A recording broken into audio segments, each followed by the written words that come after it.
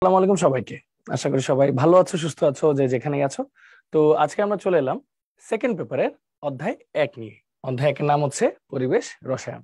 তো এই অধ্যায়টা কিন্তু বরাবরের মতো ম্যাথমেটিক্স পার্ট গুলো অনেক বেশি আর কি অধ্যায়, এবং থিওরি গুলা একটু মজার, একটু অন্যরকম। এবং এই চ্যাপ্টারটার সবচেয়ে বেশি গুরুত্বপূর্ণ যে অংশটা, যেটা হচ্ছে মানে আমি স্টুডেন্ট অবস্থায় একটু কম বুঝতাম, সেটা হচ্ছে গ্রাফ গুলা। তো আজকে হচ্ছে আদর্শ গ্যাসের যে সূত্রগুলো আছে সেগুলো আমরা পড়বো, পাশাপাশি হচ্ছে গ্রাফ গুলো একটু দেখবো, পাশাপাশি বিভিন্ন ধরনের ম্যাথ সলভ করার ট্রাই করব। ওকে, সো চলো আমরা শুরু করি লেকচার 1 কে।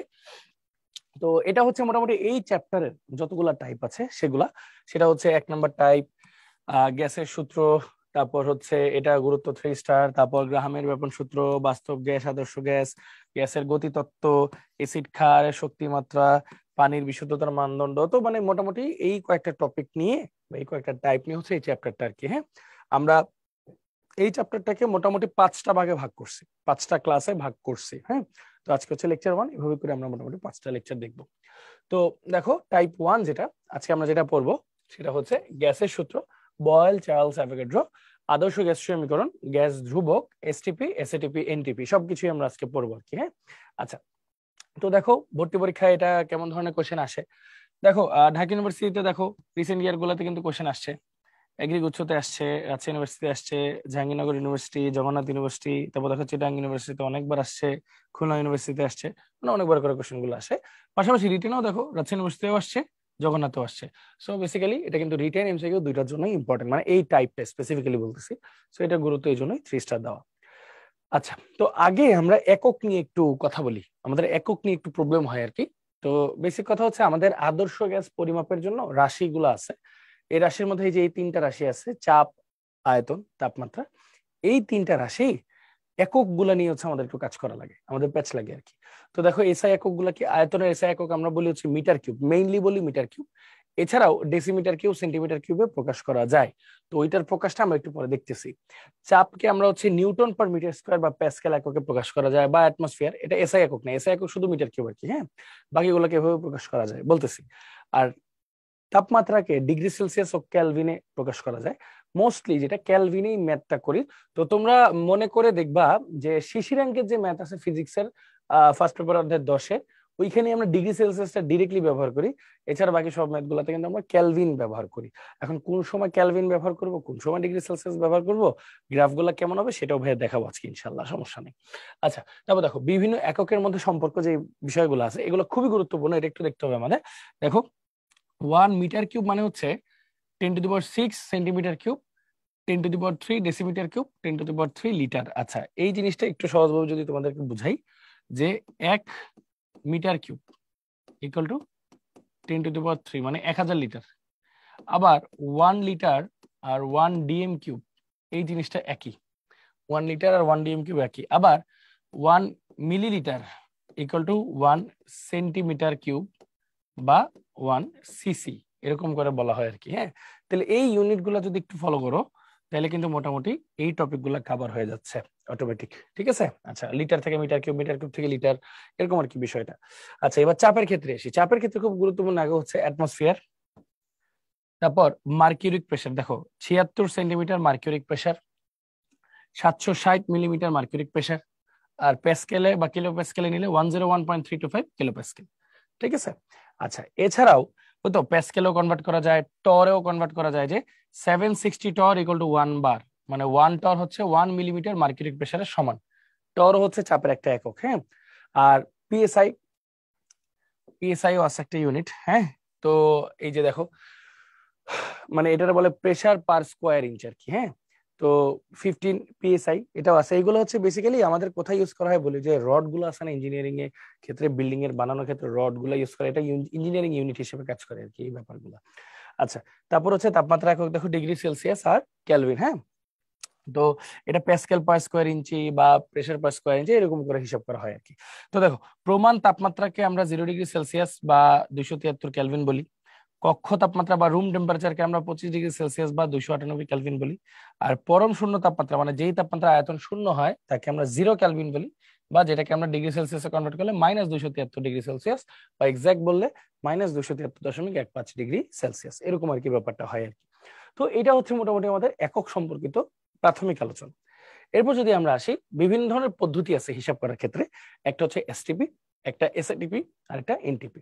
তো এসটিপি কে আমরা কি বলি ভাইয়া? Standard temperature and pressure. Standard temperature and pressure মানে যে আমরা বলি না প্রমাণ তাপমাত্রা ও চাপ, প্রমাণ তাপমাত্রা ও চাপ যখন আমরা বলবো তখন এই বিষয়টা কাজ করে আর কি। এসএটিপি মানে স্ট্যান্ডার্ড অ্যাম্বিয়েন্ট টেম্পারেচার আর প্রেসার। হ্যাঁ, অ্যাম্বিয়েন্ট মানে তুমি যেটা ফিল করতেছো, তোমার চারপাশে যেটা ফিল করতেছো, তুমি তো আসলে রুমে থেকে এই জিনিসটা ফিল করো, তাই না?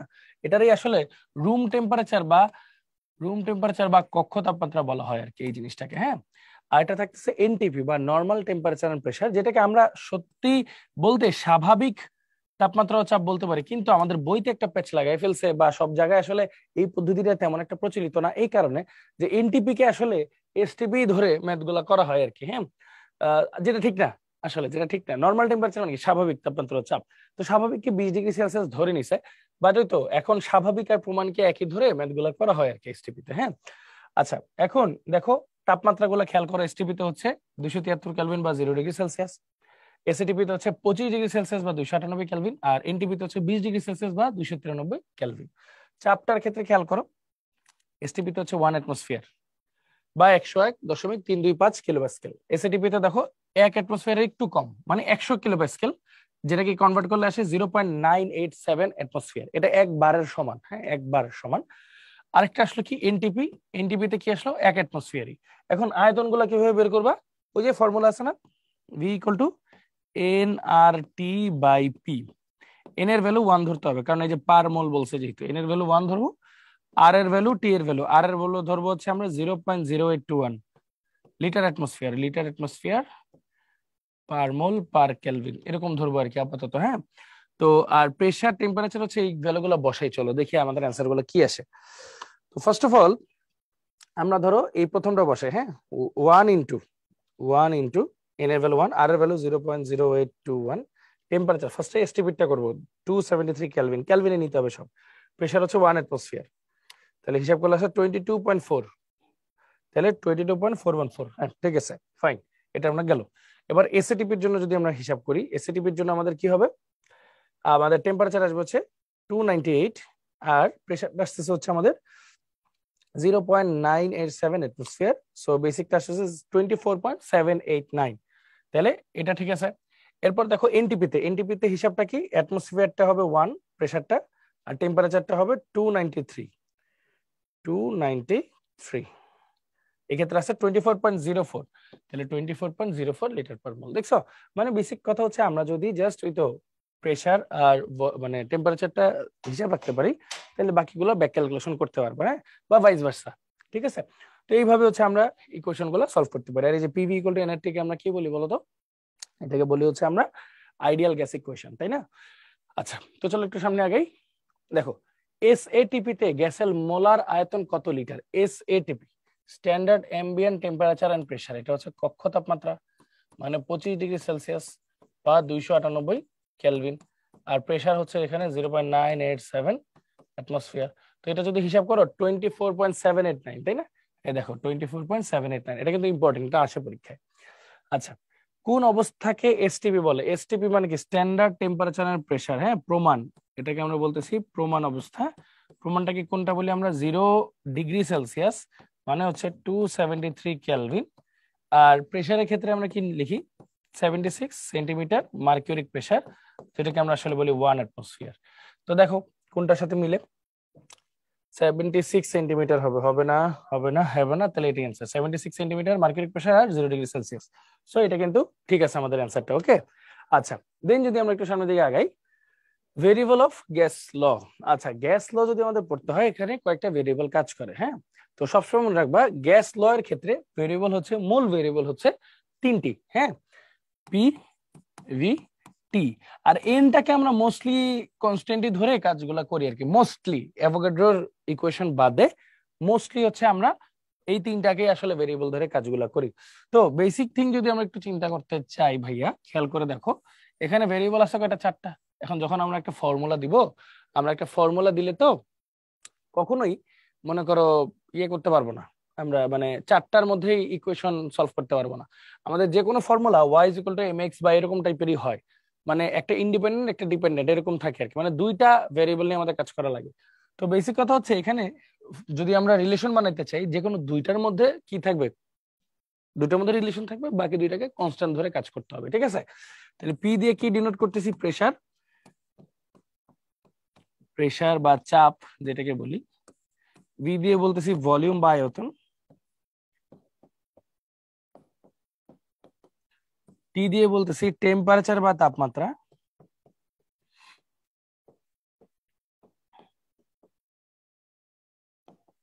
আর এন দিয়ে বলতেছি মোল সংখ্যা। আচ্ছা, সো মোটামুটি আমরা এইভাবে কাজগুলো করতে পারি। সো চলো আগে ফার্স্টে যেটা আমরা বলবো বয়েলস ল। তো বয়েলস লটা বেসিক্যালি কি, আগে লটা একটু পড়ি। স্থির তাপমাত্রায় নির্দিষ্ট ভরের কোনো গ্যাসের আয়তন, স্থির তাপমাত্রা বলছে তার মানে টিটাকে সে ফিক্সড রাখছে। আচ্ছা আমি একটু কালারটা চেঞ্জ করে নিই। আচ্ছা, স্থির তাপমাত্রা যেহেতু বলছে টিটাকে ফিক্সড রাখছে, নির্দিষ্ট ভর, ভর নির্দিষ্ট হলে অনুসংখ্যা নির্দিষ্ট, সবই নির্দিষ্ট, মানে এনও ফিক্সড। নির্দিষ্ট ভরের কোনো গ্যাসের আয়তন ওই গ্যাসের উপর প্রযুক্ত চাপের ব্যস্তানুপাতিক, মানে আয়তন হচ্ছে ওই গ্যাসের উপর প্রযুক্ত চাপের ব্যস্তানুপাতিক। এটা হচ্ছে ফর্মুলাটা। ভাইয়া একটু আগে কি বলছিলাম, যে যে কোনো ফর্মুলা দুইটার মধ্যে রিলেশন মেনটেন করে। আর একটা গ্যাসের, আইডিয়াল গ্যাসের মধ্যে তোমার কয়টা ফ্যাক্টর থাকে? চারটা, পি, ভি, টি, এন। এখানে ভি আর পি এর মধ্যে রিলেশন মেনটেন করা হয়েছে, সো টি আর এনটা কি থাকবে? কনস্ট্যান্ট। তো দেখো এখানে ব্যাপারটা কি হচ্ছে, V is proportional two 1/p। So এখানে হচ্ছে টি আর এন হচ্ছে কনস্ট্যান্ট, মানে ধ্রুবক আর কি। একটা ব্যাপার খেয়াল রাখো তো ভাই, মোল সংখ্যা তো আসলে সবারটাকে আমরা এক ধরে বা সম ঘন মানে সমান ভরের এগুলো ধরেই ম্যাথ গুলা করি, কিন্তু বাকি তিনটাকে বলছি বেশি প্রায়োরিটি দিতে। তাহলে খেয়াল করে এখানে কিন্তু তাপমাত্রাও ধ্রুবক। তার মানে এই সমীকরণ থেকে আমরা যেসব রেখা পাবো ওই রেখাগুলাতে কি ধ্রুবক? তাপমাত্রা ধ্রুবক। এজন্য এগুলাকে সমষ্ণ রেখা বলা হয়। সমষ্ণ রেখা, সমতাপীয় রেখা, সমতাপীয় রেখা, এবং ইংলিশে আইসোথার্মিক লাইন। হ্যাঁ, সমষ্ণ রেখা, সমতাপীয় রেখা, আইসোথার্মিক লাইন, এগুলা বলা হয় আর কি। এটার গ্রাফের রেখাগুলাকে আর কি, সবগুলো আমরা দেখবো আস্তে আস্তে। আচ্ছা, তো ভাই যেটা বলতেছিলাম, ভি সমানুপাতিক 1/p। এখান থেকে আমরা কি লিখতে পারি? সমানুপাতিক ধ্রুবকটা যদি উঠাই, একটা কে আসবে ইন্টু 1/p, এটা একটা সমানুপাতিক ধ্রুবক। তাহলে এই সমীকরণকে আমরা কিসের সাথে কম্পেয়ার করতে পারি? দেখো, y is equals two mx। তাহলে এরকম একটা গ্রাফ পাওয়া উচিত আমাদের। এছাড়াও আরো কত ধরনের গ্রাফ পেতে পারি এটা আমরা একটু সামনে দেখতেছি, চলো দেখি। ফার্স্ট অফ অল যে জিনিসটা ভাইয়া মাত্র লিখলাম, হ্যাঁ, B equal to K into 1/p, এই বরাবর দিলাম y is equal to M X. এটা হচ্ছে মূল বিন্দুগামী সরলরেখার সমীকরণ, তাই না? তো চলো গ্রাফটা একটু আঁকি। y বরাবর কাকে দিয়েছি? V K. এক্স বরাবর কাকে দিয়েছি? 1/t কে, সরি 1/p কে, 1/p কে। তাহলে গ্রাফটা হচ্ছে মূল পয়েন্ট দিয়ে যাওয়া উচিত, তাই তো? মূল পয়েন্ট দিয়ে যাওয়া উচিত, বাট এখানে একটা কেস হবে। কেসটা তোমাদেরকে দেখাই। এটা আস্তে আস্তে করে যাওয়া উচিত, বাট আমি একটু ডট ডট দিয়ে আঁকবো। ডট ডট দিয়ে, কেন ডট ডট দিয়ে আঁকলাম? এই পয়েন্টটা, এই পার্টিকুলার পয়েন্টটায় কিন্তু ভি জিরো আর 1/pটাও জিরো, মানে পিটা হলো ইনফিনিট। তো বেসিক কথা হচ্ছে কোনো কিছুর ভলিউম জিরো হতে পারে না। আবার কেন, মানে কোনো কিছু কি ভ্যানিশ হয়ে যায়? ভলিউম জিরো মানে কি ভ্যানিশ হয়ে গেল? এটা তো হয় না। আবার প্রেসার কি ইনফিনিট হতে পারে? পারে না। তো এটা যেহেতু একটা মূল বিন্দুগামী সরলরেখার সমীকরণ, তো এই জন্য আমরা ডট ডট দিয়ে দেখাই, বাট মিলাই দেই। এটা মিলাই দেওয়া মানে কিন্তু এগুলাকে প্রমাণ করা, তো এগুলো যেহেতু হয় না এর জন্য পুরোপুরি আমরা মিলাই দেই না, এটা সাপোর্ট করি না আর কি আমরা। হ্যাঁ, আচ্ছা, তো এখানে ধরো তাপমাত্রা দিলাম আমি T2। এটার অর্থ কি জানো? এটার অর্থ হচ্ছে এই রেখার প্রতিটা বিন্দুতে তাপমাত্রা হচ্ছে T2, এই জন্য এটাকে সমষ্ণ রেখা বলে। মানে এই পরীক্ষাটা যখন করা হয়েছে তখন তাপমাত্রাকে ফিক্স ধরা হয়েছিল। এখন আমি যদি ডিফারেন্ট টেম্পারেচারে পরীক্ষাটা করি, সেই ক্ষেত্রে কি হবে? গ্রাফগুলো একটু অন্যরকম হবে। ধরো দিলাম T1, ধরো দিলাম T2। প্রশ্ন বললাম মানে তিনটা ডিফারেন্ট তাপমাত্রা করা হয়েছে দেখে ডিফারেন্ট ভ্যালু পাইছি। প্রশ্ন হলো কে বড়, T1, T2 না T3, কোনটা বড়? এটা প্রমাণ করতে হলে আমাদের কি করতে হবে, শুরুতে একটা লম্ব রেখা টানতে হবে। আমরা একটা লম্ব রেখা টেনে নিই, ধরো টানলাম, মিলাই দিই, এ পয়েন্ট মিলাই দিই, ধরে নিলাম এটা সরি T3, হ্যাঁ ধরে নিলাম V3 রেসপেক্টে এটা আছে, V3 রেসপেক্টে T3, T2 রেসপেক্টে যেটা পাই সেটা হলো V2, T1 এর রেসপেক্টে যেটা পাই সেটা হলো V1। দেখো y বরাবর উপরে উঠলে কি ভ্যালু বাড়তেছে না, তাহলে এইখানের তথ্য অনুযায়ী কি V3 greater than V2 greater than V1। আবার আমরা কি জানি বলতো ভাইয়া, আমরা জানি তাপমাত্রা যত বাড়াবো অণুগুলা তত বেশি কি করবে, ছোটাছুটি করবে, ছোটাছুটি করে দূরে দূরে সরে যেতে চাবে, তাহলে অণুগুলোর কি আয়তন বেড়ে গেল না, দূরে দূরে ছড়লে কি হবে, এলাকা বাড়বে মানে আয়তন বাড়বে, তাপমাত্রা বাড়ালে আয়তন বাড়ে। সো ভি এর সাথে টি এর সম্পর্ক কিন্তু সমানুপাতিক, এটা আমরা একটু পরেই পড়বো আর কি, চার্লসের সূত্র গিয়ে পড়বো। তো তাহলে ভি এর সাথে টি এর সম্পর্ক যদি সমানুপাতিক হয় তাহলে V3 এর জায়গায় কি লিখতে পারি, T3 T2 T1, শেষ। এটা আমরা পড়ে ফেললাম একটা টাইপের গ্রাফ। আচ্ছা এবার কি অন্য টাইপের গ্রাফ হতে পারে, হতে পারে, চলো আরেকটা টাইপের গ্রাফ আমরা পড়ি।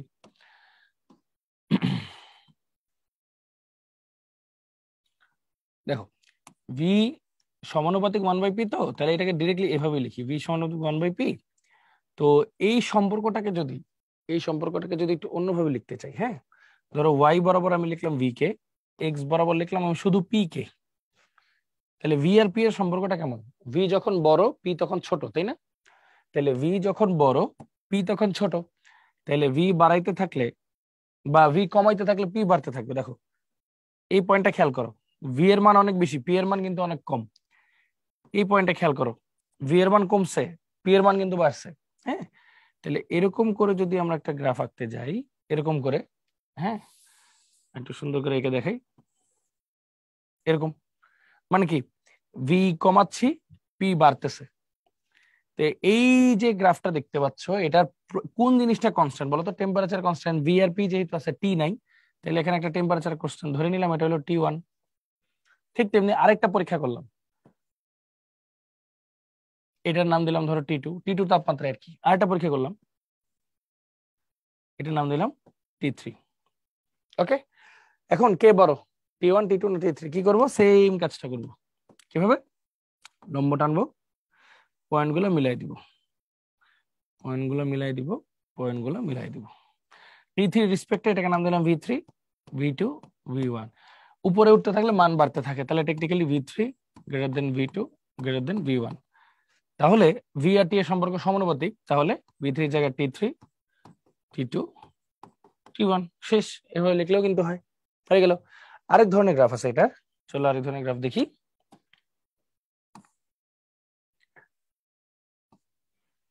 তো আরেক ধরনের গ্রাফটা হচ্ছে তোমার V equal to K into 1/p, এটা তো প্রথমেই করছিলাম, তাহলে এটাকে ঘুরে ফিরে কি লেখা যায়, পিভি ইকুয়াল টু কে, মানে ধ্রুবক, এই আকারে কিন্তু লেখা যায়।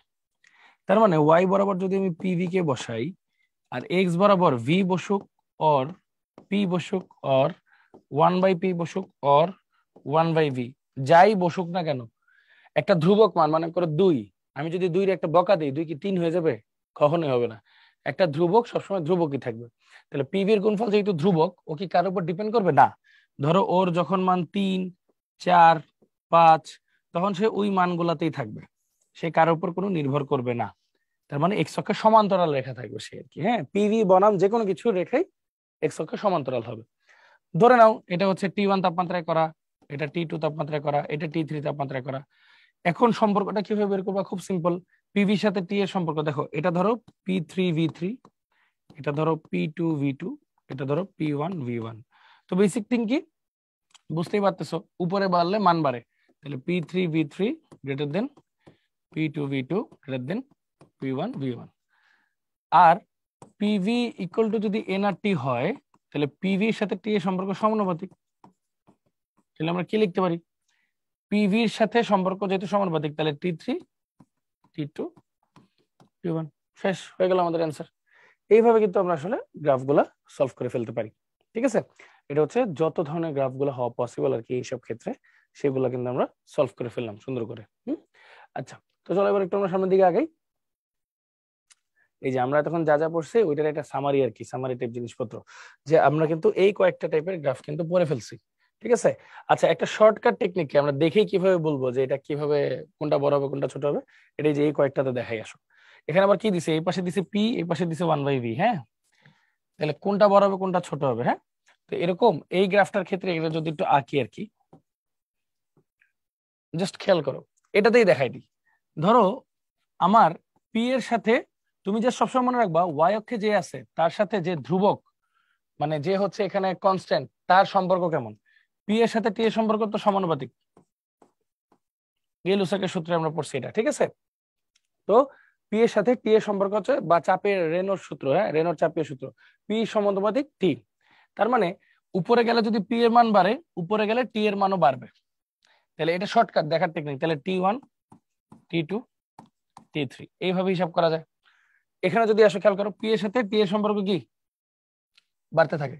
তাহলে দেখো এই গ্রাফগুলোর মধ্যে উপরে কোনটা, T1 না, তাহলে পি বাড়লে T1টাও বড়, তাহলে T1 T2 T3। আচ্ছা, এবার এখানে একটু খেয়াল করো, সেম ওই যে পিভির সাথে টি, যে কি বললাম, পিভি উপরে বাড়তে থাকে আর পিভির সাথে টি সমানুপাতিক। তাহলে এখানেও কি হবে, T1 T2 T3। এখন একটা কোয়েশ্চেন, ভাই লগ পি লগ ভি এটা আবার কিভাবে আসলো ভাইয়া, এটা একটু বোঝাই দিবেন। অবশ্যই বোঝাই দেবো, আচ্ছা বোঝাই দিই। দেখো V equal to K into 1/p, উভয় পক্ষে লগ নেই, লগ নিলে কি আসে, log V equal two log কে into 1/p, log V equal two log, এই যে লগ এ বি সূত্র কি, লগ এ প্লাস লগ বি। তাহলে log V equal two 1/p রে যদি শুধু পি লিখতে চাই, লগ কে কে হয়ে লিখলাম, প্লাস 1/p রে যদি শুধু পি লিখতে চাই তাহলে একটা মাইনাস আসে সামনে, লগ পি। তাহলে দেখো তো সূত্রটাকে যদি আমরা ফেলতে চাই কিভাবে ফেলতে পারি, y is equals to x, এটা হলো m plus C, y is equal to mx plus C, m এর ভ্যালু হচ্ছে -1, -1 মানে থেটা মোস্ট প্রবাবলি 135 ডিগ্রি এরকম হবে আর কি। হ্যাঁ, এই তাহলে গ্রাফটা কেমন হয় দেখো, এই যে এরকম মাইনাস, যেহেতু সিম্পল, এটা হলো m -1 theta, m equal to কি tan থেটা, তাহলে আলটিমেটলি 135 ডিগ্রির মতো হওয়া উচিত। দেখো এই থেটাটা 135 ডিগ্রি হবে, এরকম করে যদি দেখো 135 ডিগ্রি হবে। সো লগ পি বনাম লগ ভি দাও, লগ ভি বনাম লগ পি দাও, যাই দাও না কেন একই জিনিসই আসবে। হ্যাঁ, এটাকে যদি জাস্ট পুরোটারে যদি মাইনাস দিয়ে গুণ করে দাও তখন এখানে একটা মাইনাস আসবে, এটা প্লাস হয়ে যাবে, এই আর কিছু না, বাকি সব ঠিক আছে। আচ্ছা, সো এটাই হচ্ছে মোটামুটি আমাদের একটা সলিউশন। তাহলে এই ক্ষেত্রে আমরা কি লিখতে পারি, যদি এই পাশে যদি আমরা লগ ভি কে নিই, এই পাশে যদি লগ পি কে নিই, তাহলে মাইনাস আসলে এভাবে আসবে, যেটার এমটা হচ্ছে -1 equal to tan theta, theta equal to আসতেছে 135 ডিগ্রি। শেষ হয়ে গেল। তাহলে হোপফুলি সবাই গ্রাফগুলা বুঝতে পারছি। চলো ভাই সামনের দিকে আবার আগাই। একটি আদর্শ গ্যাসের জন্য পিভি বনাম যে কোনো কিছুর লেখচিত্র হবে এক্স অক্ষের সমান্তরাল, এক্স অক্ষের সমান্তরাল সরলরেখা। মাত্রই পড়াইছি, দেখো 2 21 বসে আসছে, এক্স অক্ষের সমান্তরাল সরলরেখা। ওকে, এই যে দেখো সব সেম সিমিলার জিনিস।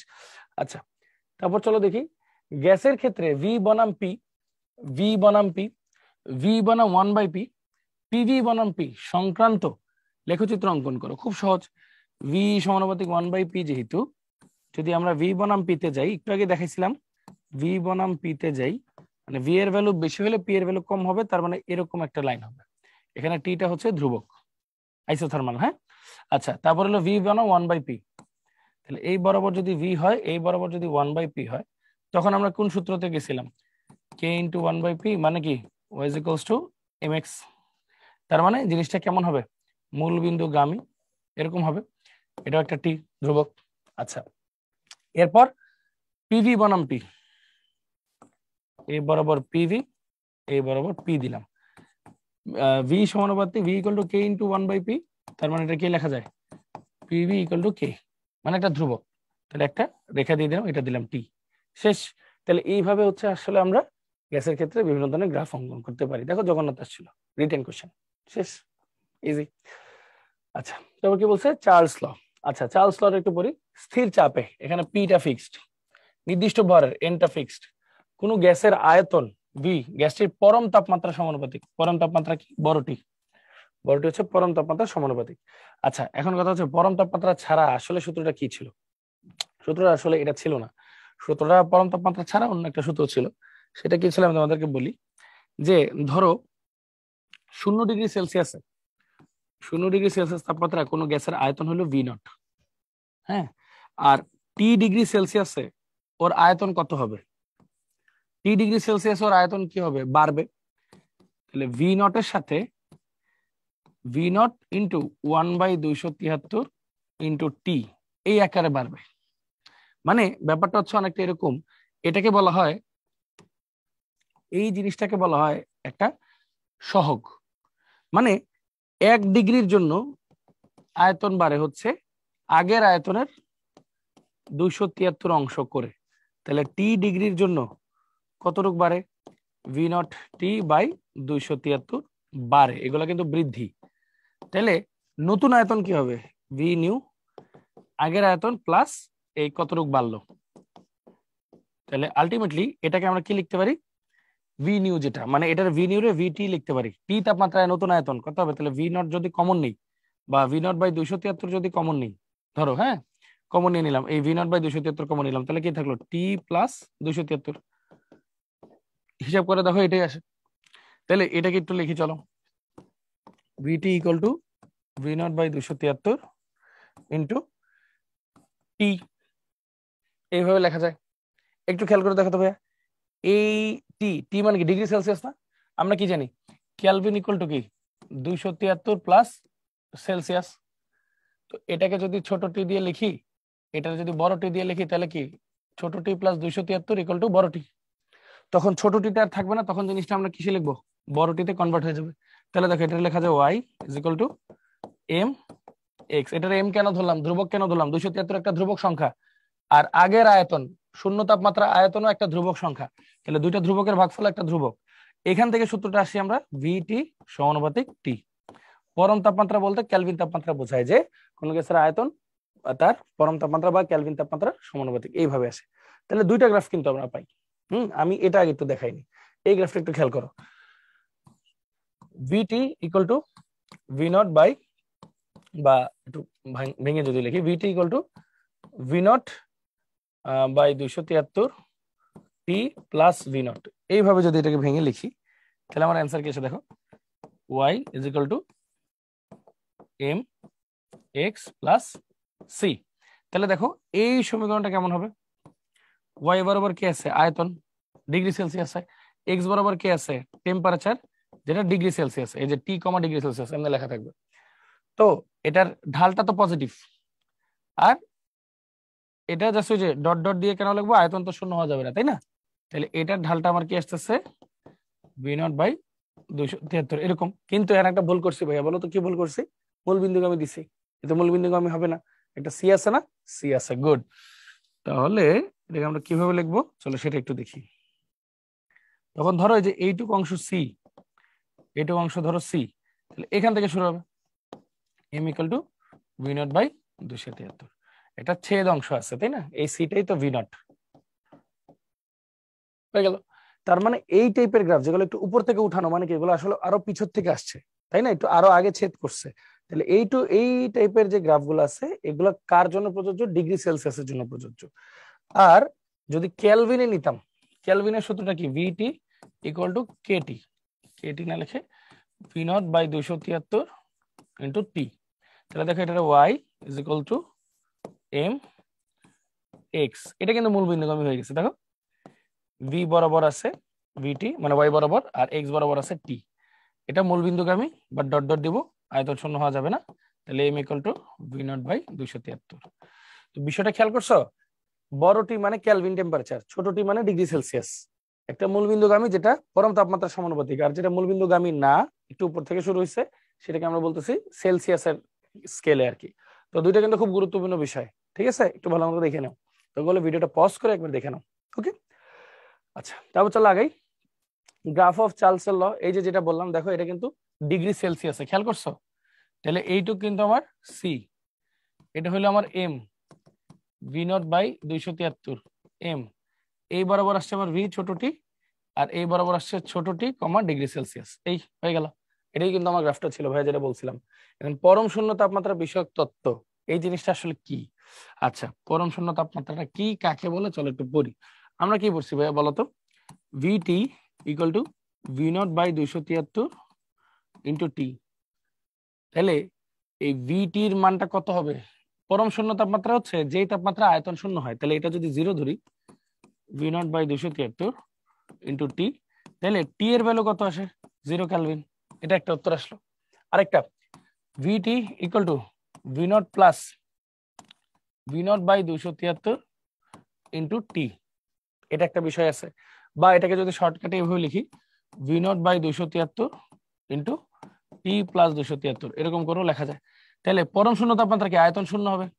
তাহলে V not by 273 into T plus 273, তাহলে টি ইকুয়াল টু কত আসে? Minus 273 degree Celsius. তাহলে দুইটাই কিন্তু আমরা পেয়ে গেছি যে পরম শূন্য তাপমাত্রাটা আসলে কত। পরম শূন্য তাপমাত্রাটা হচ্ছে আসলে পরম শূন্য তাপমাত্রা, এ দেখো, পরম শূন্য তাপমাত্রাটা আসলে কত? 0 ডিগ্রি কেলভিন বা 0 কেলভিন, আর সেলসিয়াসে নিলে মাইনাস 273 ডিগ্রি সেলসিয়াস। প্রমাণ সহ দেখাই দিলাম।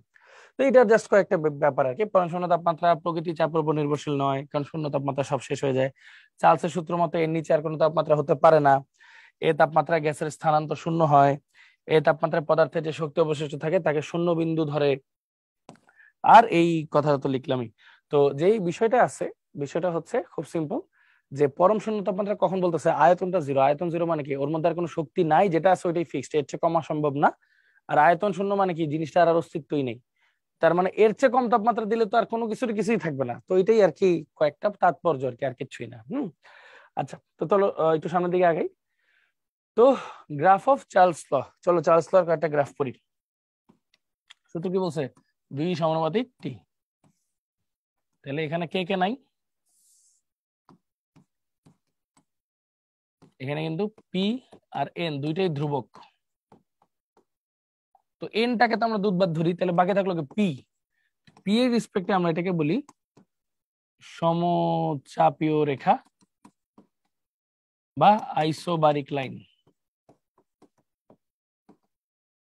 সমচাপীয় রেখা বা আইসোবারিক লাইন। ওকে, আচ্ছা। তাহলে এই জিনিসটা সুন্দর করে তাহলে একটু বোঝানো ট্রাই করি। চলো ফার্স্টে ভি সমানুপাতিক টিটাই পড়ি। V equal to K into T. তাহলে Y is equals to M X, এইভাবে যদি লিখি, খেয়াল করো, ওয়াই বরাবর কাকে বসাবো? V K. এক্স বরাবর কাকে বসাবো? বড় হাতের টি কে। ঠিক আছে? তাহলে জিনিসটাকে যদি সিম্পলিফাই করতে যাই, এই যে same Y equal to M X, মূল বিন্দুগামী, কিন্তু ওই যে ভি যেহেতু শূন্য হওয়া ঝামেলা, এজন্য ডট ডট দিয়ে একটা আয়তন আঁকলাম। ধরো এটার ভ্যালু নাম দিলাম কি? পি, যেহেতু ধ্রুবক তাহলে এটার নাম দিলাম ধরো পি টু। মানে এই প্রত্যেকটা পয়েন্ট ভ্যালু পাইছি কখন? যখন প্রেসারটাকে আমি কনস্ট্যান্ট ধরে রাখছি। এখন ধরো আমি আরেকটা প্রেসারে কাজ করলাম, তখন এটা হলো পি ওয়ান। আরেকটা প্রেসারে কাজ করলাম, এটার মান হলো ধরো পি থ্রি। প্রশ্ন করলাম কোনটা বড়? আসো বড় ছোট হিসাব করি। আচ্ছা, ফার্স্ট অফ অল যে লম্বা দাগ টানবো, বিন্দুগুলো মিলাই দিব। এটার নাম দিলাম ভি থ্রি, এটার নাম দিলাম ভি টু, এটার নাম দিলাম ভি ওয়ান। দেখো উপরে বললে তো মান বাড়ে, তাহলে V three, V two, V one. আবার ভি আর পি এর সম্পর্ক কেমন? বাস্তবানুপাতিক না? তাহলে ভি এর বি এর জায়গায় কি বসবে? 1/p। তাহলে 1/p2, 1/p1। তাহলে এই জিনিসটাকে সুন্দর করে লেখা যায় p1, p2, p3, উল্টাটা হবে আর কি। শেষ হয়ে গেল। চলো আরেকটা টাইপের গ্রাফ দেখি আমরা। তাহলে এটা তো v equal to K into T. তো তো এটা কি লেখা যায়? v/t ইকুয়াল টু কে, মানে একটা ধ্রুবক। তো আলটিমেটলি কি লেখা যায়? এই বরাবর নিলাম v/t, আর এই বরাবর ধরো নিলাম ভি, নিলাম অর টি, নিলাম অর পি ভি, যা ইচ্ছা নাও, সমস্যা নাই। বা ও 1/v নিলাম অর 1/t নিলাম, যা ইচ্ছা নাও। একটা ধ্রুবক সংখ্যার এগেনস্টে কিছু নিলে কোনো সমস্যা হয় না। তো আলটিমেটলি এখানে তিনটা ধরে রেখে রাখলাম। টেকনিক্যালি যদিও জিরো করা উচিত না, তারপরে জাস্ট একটু দেখাচ্ছি যে ধরো এটার নাম দিলাম আমি পি থ্রি, এটার নাম দিলাম পি টু, এটার নাম দিলাম পি ওয়ান, আগের মতোই। কনস্ট্যান্ট আইসোবারিক লাইন বা সমচাপীয় রেখা। তো পি এর জন্য যে পি3 এর জন্য পেলাম V3, সরি একটা মিনিট,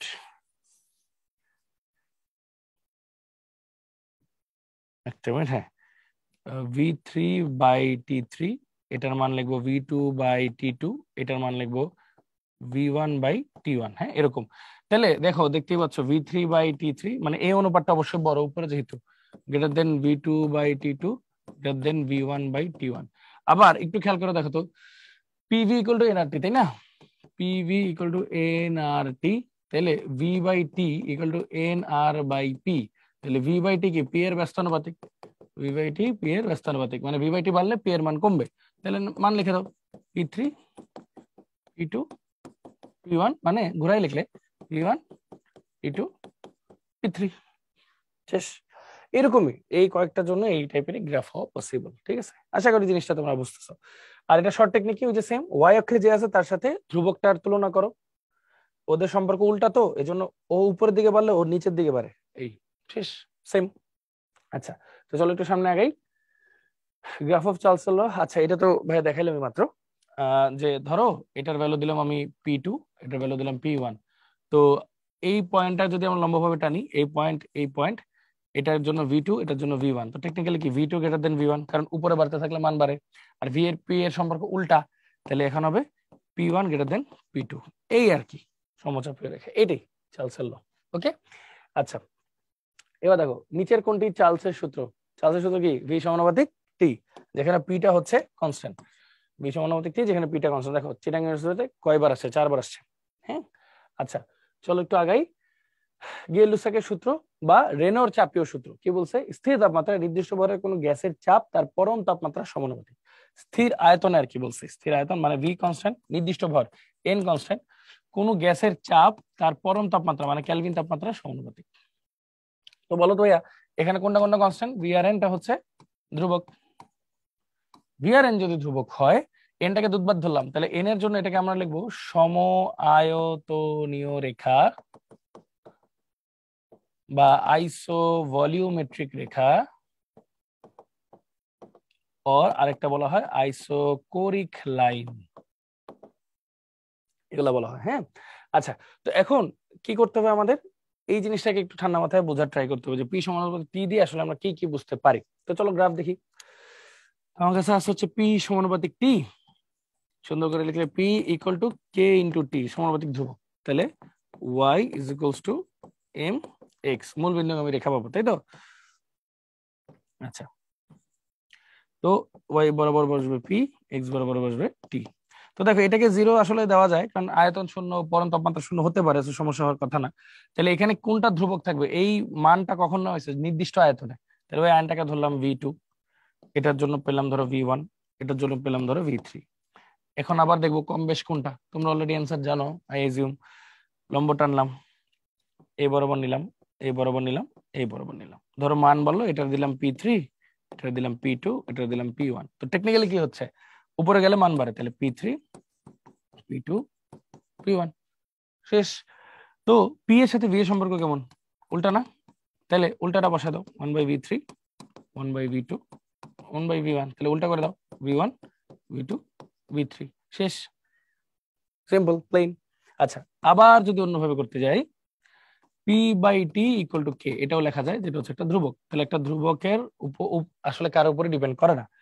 তো বেসিক থিং কি,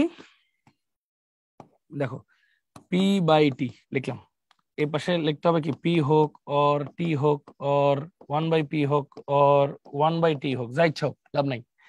তো বেসিক কথা কি, ধ্রুবক যেহেতু একটা, দুইটা, তিনটা লাইন টানলাম, এটার জন্য দিলাম ধরো V3 V2 V1, আয়তন ফিক্সড, তাহলে এটা কি P3/T3, এটা নাম হলো P2/T2, এটার নাম P1/T1, এরকম নিলাম। তো এই ক্ষেত্রেও সেম, দেখো বুঝতে পারতেছো উপরে গেলে মান বাড়ে, তাহলে P3/T3 greater than P2/T2 greater than P1/T1। এখন আবার আমরা কি জানি, PV ইকুয়াল টু NRT, তাহলে P/T ইকুয়াল টু কি লেখা যায়? NR/V, তাহলে P/T এর সাথে V এর সম্পর্ক উল্টা, ব্যস্তানুপাতিক। তো আমরা কি লিখতে পারি? 1/V3 1/V2 1/V1, তাহলে উল্টাই দিলে V1 greater than V2 greater than V3। একবার বুঝলে বাকি সব একদম ইজি। হ্যাঁ, বেসিক থিং হচ্ছে অক্ষের সাথে ধ্রুবকটাকে মিলাবা, বাকিটা কাজ শেষ। দেখছো, শেষ। গেলোসাকের সূত্র বা রেনর চ্যাপিয় সূত্র। ওকে, দেন কি, এই যে এটা তো আমরা দেখছি আসলে। আমি একটু নামগুলা দিয়ে দিই। এটা হলো V4, এটা V3, এটা V2, এটা V1, এখানে হলো শুধু P দিছে, এখানে হলো T দিছে। হ্যাঁ, তো বলছে কে বড়, স্বাভাবিকভাবে তো একটা পয়েন্ট আনো, এই পয়েন্ট দাও, এই পয়েন্ট দাও, এই পয়েন্ট দাও, এই পয়েন্ট দাও। হ্যাঁ, তো এটার নাম দিলাম ধরো P4, এটা P3, এটা P2, এটা P1। তো সূত্র অনুযায়ী কি P4 greater than P3 greater than P2 greater দেন P1, উপরে গেলে মান বাড়ে। আর P আর V এর সম্পর্ক উল্টা, তাহলে এখানে কি হবে 1/V4 greater than 1/V3 greater than 1/V2 greater than 1/V1। তো টেকনিক্যাল উল্টা যাবে, V1 গ্রেটার দেন V2। ও সরি, একটু উল্টা লিখছি নাকি? হ্যাঁ, একটু উল্টা লিখছি, ওয়েট, একটু উল্টা লিখছি। কোন অর্থে সেটা বোঝাই। এই বরাবর P যাবে। V1 এর রেসপেক্টে এটা ধরো দিলাম P1, এটা P2, এটা P3, এটা P4। তো টেকনিক্যালি কি হবে P1, যে উপরে যেটা এটার মান বেশি, P1 P2 P3 P4। তাহলে V আর P এর সম্পর্ক উল্টা, তাহলে উল্টা বসাও 1/V1 1/V2 1/V3 1/V4। So উল্টা যাবে আবার V4 V3 V2 V1, এটাই লিখছে V4 V3 V2 V1, এটাই লিখছে। এই খুব প্লেন এন্ড সিম্পল গ্রাফ, এটা নিয়ে কোনো সমস্যা নেই, তুমি দেখলেই বোঝা যাবে অ্যান্সার গুলো কিভাবে হয়। আচ্ছা, তো দেখো গেলুসাকের যে সূত্রগুলো আছে, এটা চাইলে ওই যে আমরা আবার এটার ব্যাক ক্যালকুলেশন করে ডিগ্রি সেলসিয়াসে নিয়ে যেতে পারবো। ডিগ্রি সেলসিয়াসটাও জিনিসটা সেম, ওই আগের মতোই আর কি সিস্টেমটা, যে কিভাবে কি আসে। যেমন ধরো P 0 ডিগ্রি সেলসিয়াস তাপমাত্রায় ওর আয়তন, মানে ধরো 0 ডিগ্রি সেলসিয়াস তাপমাত্রা ওর চাপ হলো P0, 0 ডিগ্রি সেলসিয়াস ওর চাপ হলো P0। তাহলে প্রতি 1 ডিগ্রি সেলসিয়াসে ওর চাপ বৃদ্ধি পায়। হ্যাঁ, 1 ডিগ্রি সেলসিয়াস বাড়াইলে চাপ বৃদ্ধি পায় হচ্ছে P0/273 ইন্টু T ইন্টু 1 আর কি, ইন্টু 1। ওই যে 1 এর জন্য বাড়ে 1, তাহলে T ডিগ্রির জন্য কতটুকু বাড়বে P0/273 ইন্টু T, এত। তাহলে সুতরাং PT মানে T ডিগ্রি সেলসিয়াস তাপমাত্রা আয়তন কত হবে? এটা তো বৃদ্ধি, এটা তো বৃদ্ধি, তাহলে আয়তন কত হবে? আগের আয়তন প্লাস যতটুকু বৃদ্ধি পাইছে P0/273 ইন্টু T। তাহলে এবার এটাকে যদি ওই সমীকরণ অনুযায়ী লিখি আর কি, দেখো y is equals two mx plus c। তাহলে একটু খেয়াল করে দেখো mx প্লাস c হলে কি হয়, একটু উপর থেকে শুরু হবে না? মানে এই বরাবর যদি ডিগ্রি সেলসিয়াস বসে, এই বরাবর যদি p বসে, সেই ক্ষেত্রে গ্রাফটা কি হবে, এইটুক তো আগেই কাটা যাবে c এর জন্য। c মানে কিন্তু P0 আদি আয়তন, এখান থেকে উঠবে m ইকুয়াল টু P0/273, শেষ। এজন্যই পিছনে চলে আসছে। এটাকেই পরম তাপমাত্রায় কনভার্ট করছে কিভাবে, জাস্ট এই জিনিসটাকে একটু চিন্তা করো। পিটি ইকুয়াল টু P0/273 যদি কমন নেই, তাহলে আসে T প্লাস 273।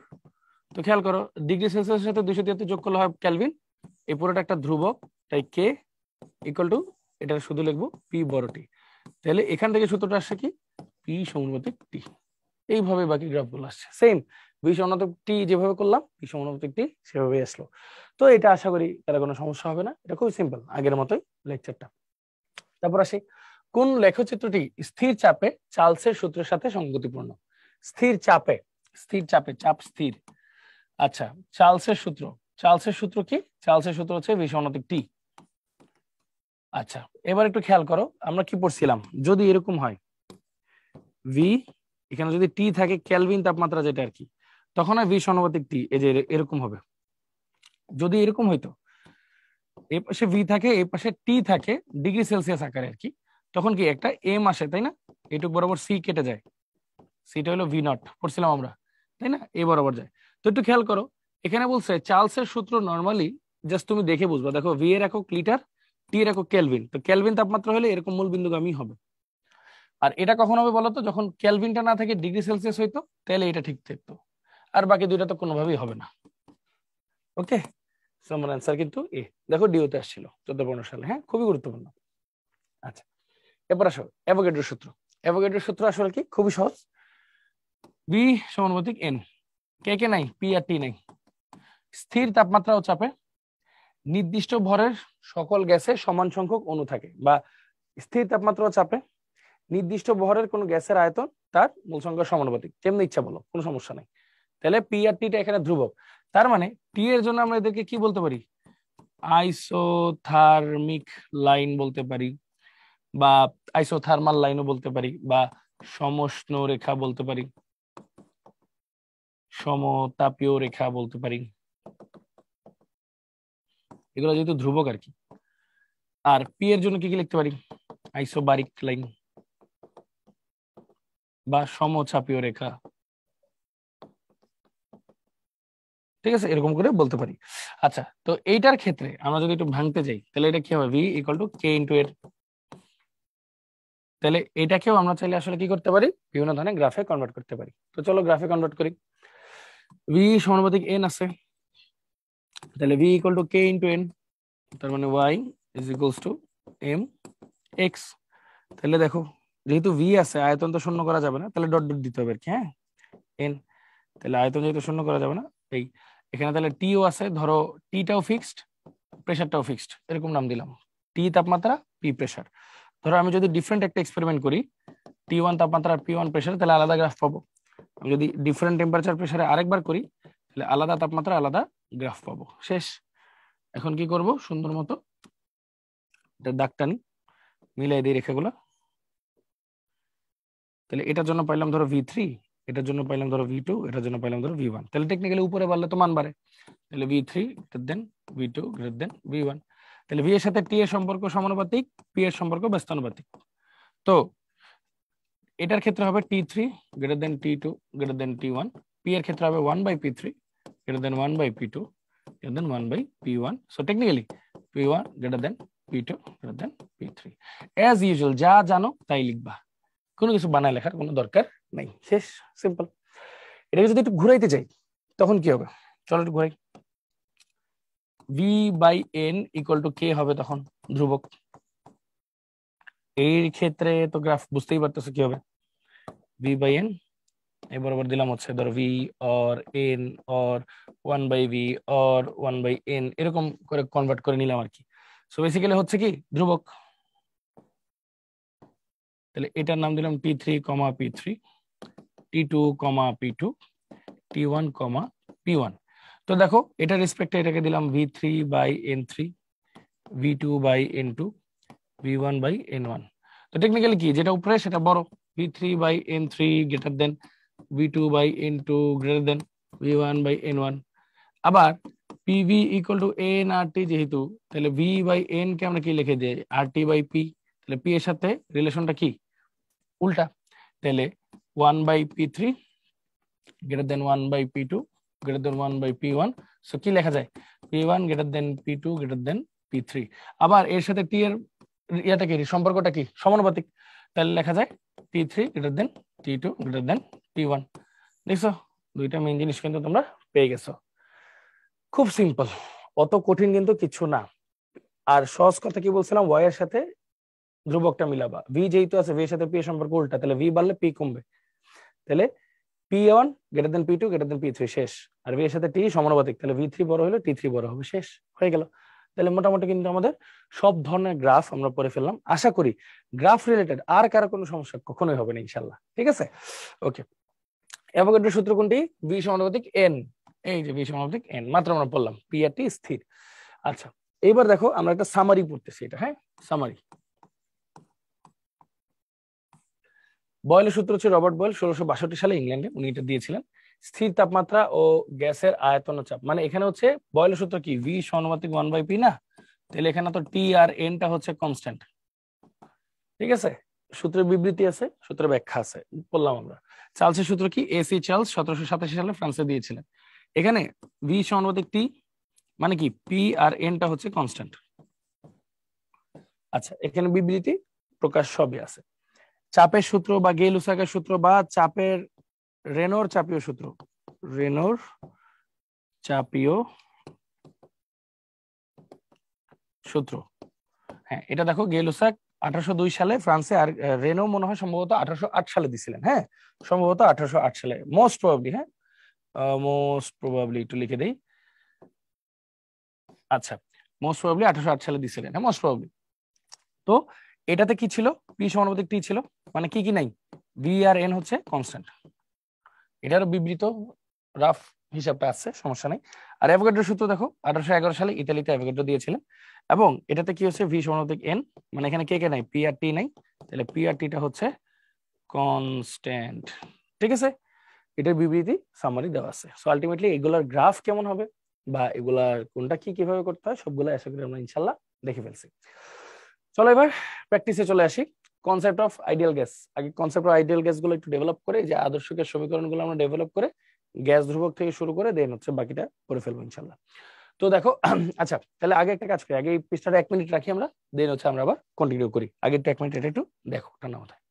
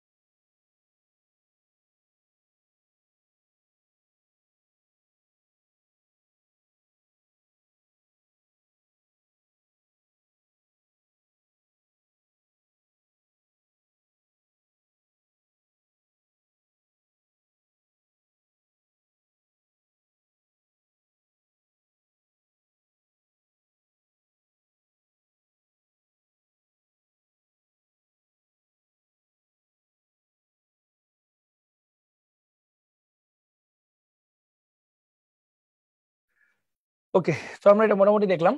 এবার চলো আমরা একটু সামনের দিকে আগে যাই। Concept of ideal gas, ideal গ্যাসের কনসেপ্টটা কি? আইডিয়াল গ্যাসটা হচ্ছে এই সবগুলা বিষয়গুলো আর কি একসাথে থাকে আর কি। তো আইডিয়াল গ্যাসটা আসলে কি? আইডিয়াল গ্যাস হচ্ছে ওই যে আদর্শ, যেটাকে বলি আমরা আদর্শ গ্যাস।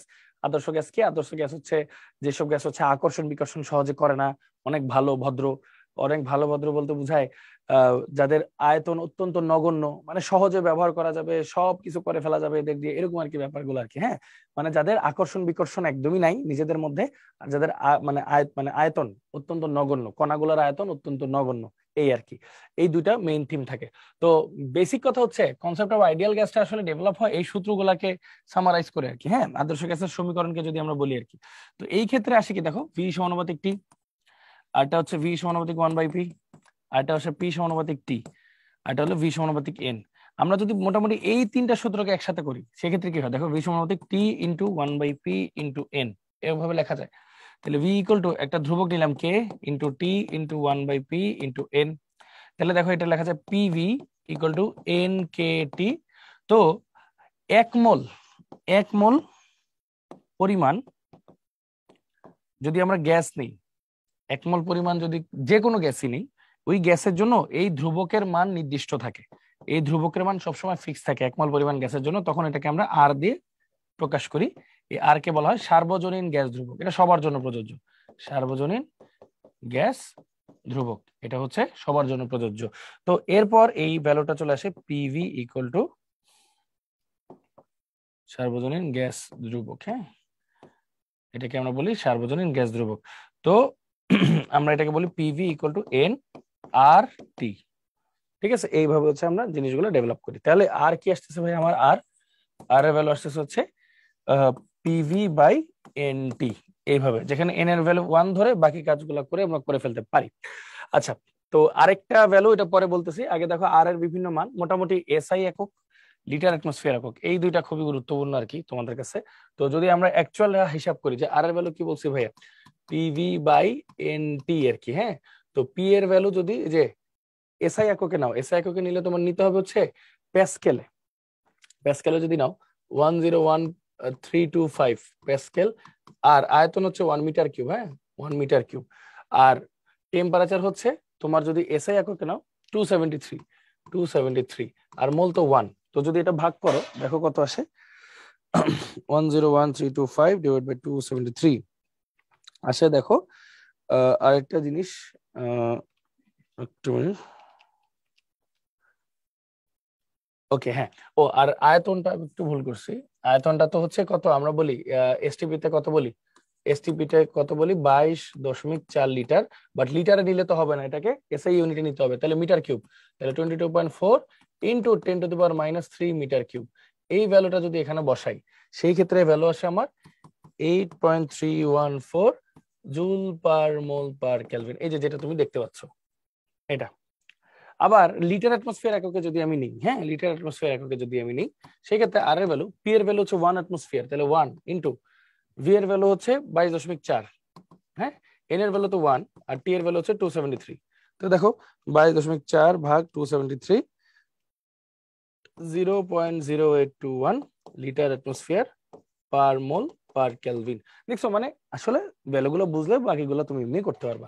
এই দুইটা ভ্যালু আর কি বেশি লাগে, হ্যাঁ, সবচেয়ে বেশি। একটা হচ্ছে এসআই ইউনিট, আর একটা হচ্ছে লিটার অ্যাটমসফিয়ার ইউনিট।